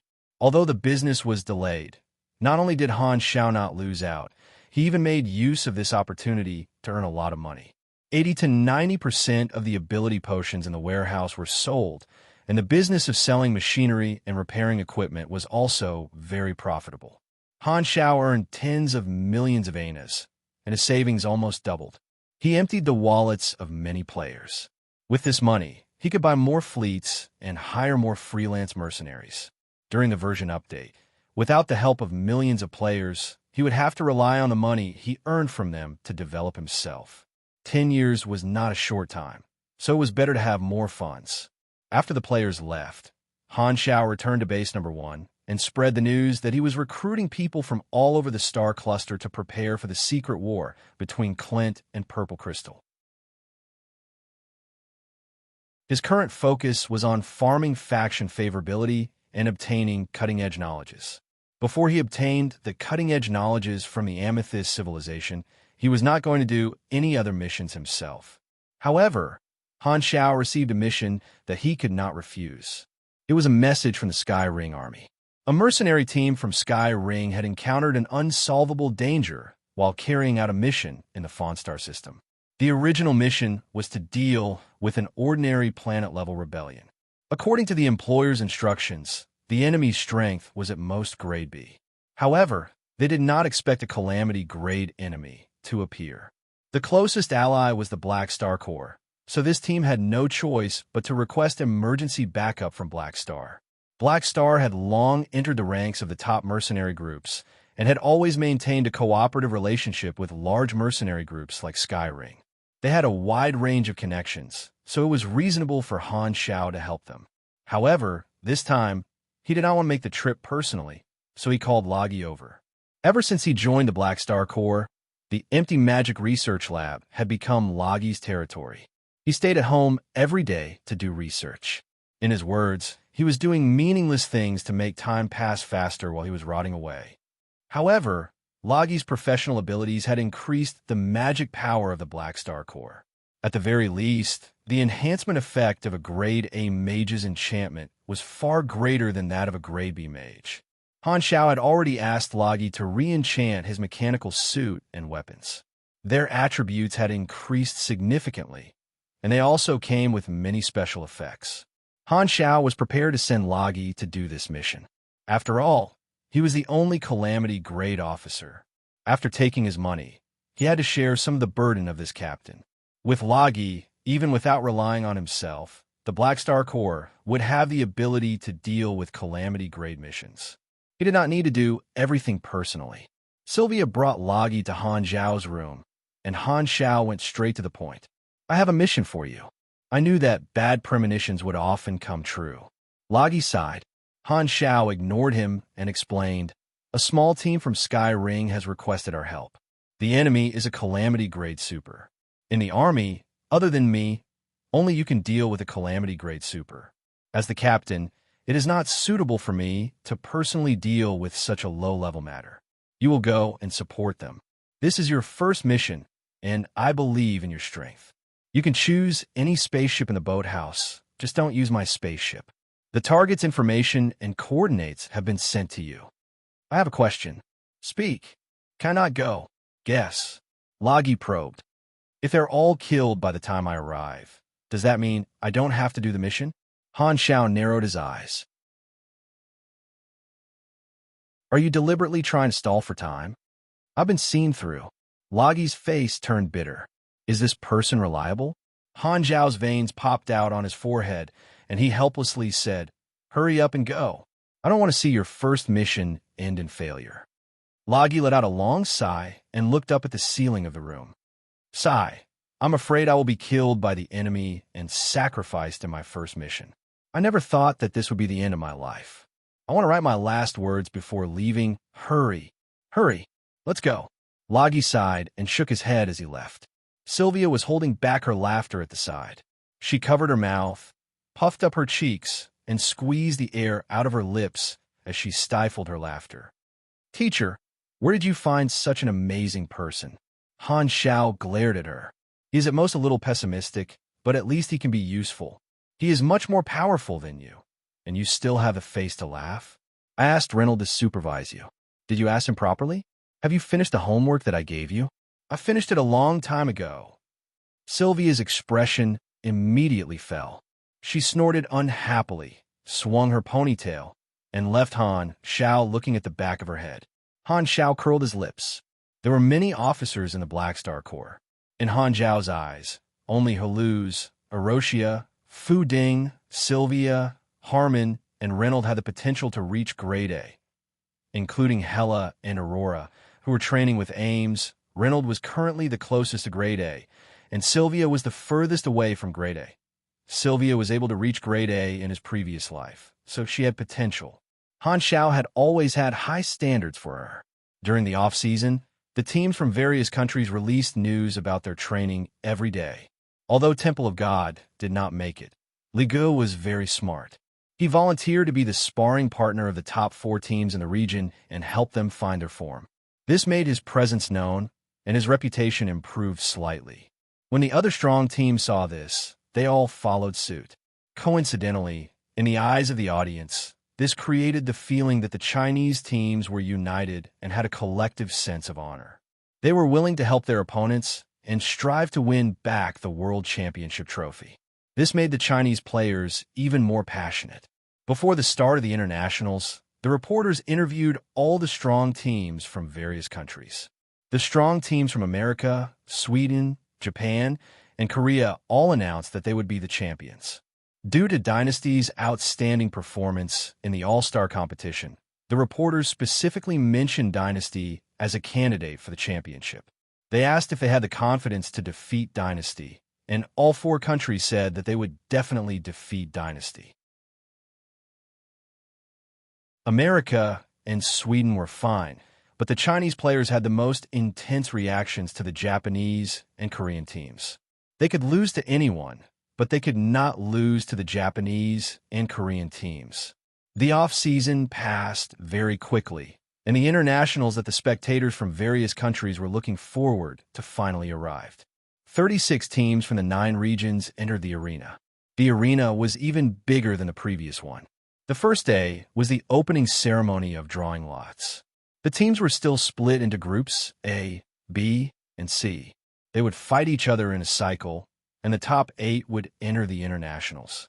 Long Sky was in Group A, Dynasty and Rivervale were in Group B, and Thunderstorm was in Group C. The average strength of the teams in the 3 groups was not very different from the previous internationals. This time, there were no weak teams or death teams, meaning that there was almost no luck involved. They could only rely on their own abilities to enter the internationals. In his previous life, China had only managed to get into the top 4 in the second season. This time, both Dynasty and Long Sky had the potential to win the championship. Han Xiao was quite curious about what kind of results China would be able to achieve under his influence. The international regular season officially began, and the spectators from all over the world cheered for their respective teams. They were filled with enthusiasm, and the scene was unprecedentedly grand. Halfway through the competition, the situation gradually became clearer. The spectators had a rough idea of which teams were stronger and which were weaker. Dynasty maintained their momentum and held first place. Sweden's Tomahawk was in second place, and they were even ahead of Devil. Long Sky was in 5th place. Hao Tian did not reveal their strength in the divisions, as if they were conserving their strength. They only went all out in the internationals, and their results continued to improve, showing the strength of a seeded team. Thunderstorm and Rivervale were both in the top half of the rankings and maintained their competitiveness. The average strength of the Chinese teams was very high, and the Chinese spectators were pleasantly surprised. To the Chinese players, the situation in the internationals was very good. Dynasty and Long Sky both had the ability to advance, and Rivervale and Thunderstorm seemed to have a chance to enter the top 8 as well. However, in the second half of the competition, a controversial and troublesome matter appeared. In the survival competition between the 4 strong teams, Dynasty repeatedly encountered the predicament of being the first to be eliminated. They were unable to obtain any points from the survival competition, which led to their originally stable first place gradually shaking. There was a trend of them being overtaken by the Swedish Tomahawk and the American Devil. Dynasty had already secured the first place in the regular season, and now It seemed like the cooked duck was about to fly away. This caused the Chinese spectators to explode. Countless spectators took the initiative to scold the teams on the forums, letting the players of the various countries fully understand the ferocity of the world's #1 flamethrower army. Scolding others was one of the basic skills of the Chinese players. The Chinese language was broad and profound, with a history of 5,000 years. Every player had experienced countless fierce scoldings. Under the influence of the environment, it was not that the Chinese players were modest, but in terms of scolding others, all the other countries were nothing. The forums became another battlefield. The fans of the other teams wanted to protect their own teams, saying that since the survival competition was a free-for-all, it was reasonable to form a team. However, in front of the Chinese players, reasoning was as useless as farts. Not to mention, they were the ones who had suffered losses. With a series of curses, they killed the enemy until they were utterly defeated. They threw away their helmets and armor and retreated in defeat. It was as if the fans of the various teams had become the 8-nation alliance and were all beaten back by the Chinese players. They spurted out patriotism and could not help but sympathize with each other. Han Xiao was amused by this farce. He loved to watch his fellow countrymen flame others. It was simply pleasing to the eye, and it could always fill him with joy for the entire day. In fact, it was understandable that the other teams formed a team in the survival competition. They were not targeting Dynasty's results, but Dynasty was too strong. If they did not form a team, Dynasty would most likely be able to win in the end. With Dynasty's points, they were not worried about qualifying, but the other teams still wanted to qualify and thirsted for points. Thus, eliminating Dynasty first was indeed a reliable strategy. This storm affected the organizers, and they asked Dynasty to speak up and settle the matter peacefully.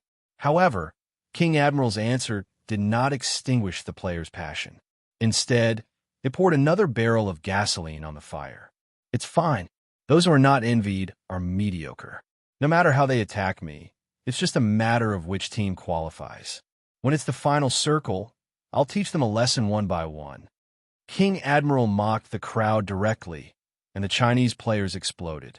They were extremely excited and could not wait to enter the final circle and watch Dynasty beat all their opponents to death. Han Zhao's hair stood on end. They dared to make such an obvious statement. Dynasty was really not afraid of death. You're tuning in to the Warrior Lore YouTube channel. Don't forget to subscribe and join us on this journey to catch the most captivating stories.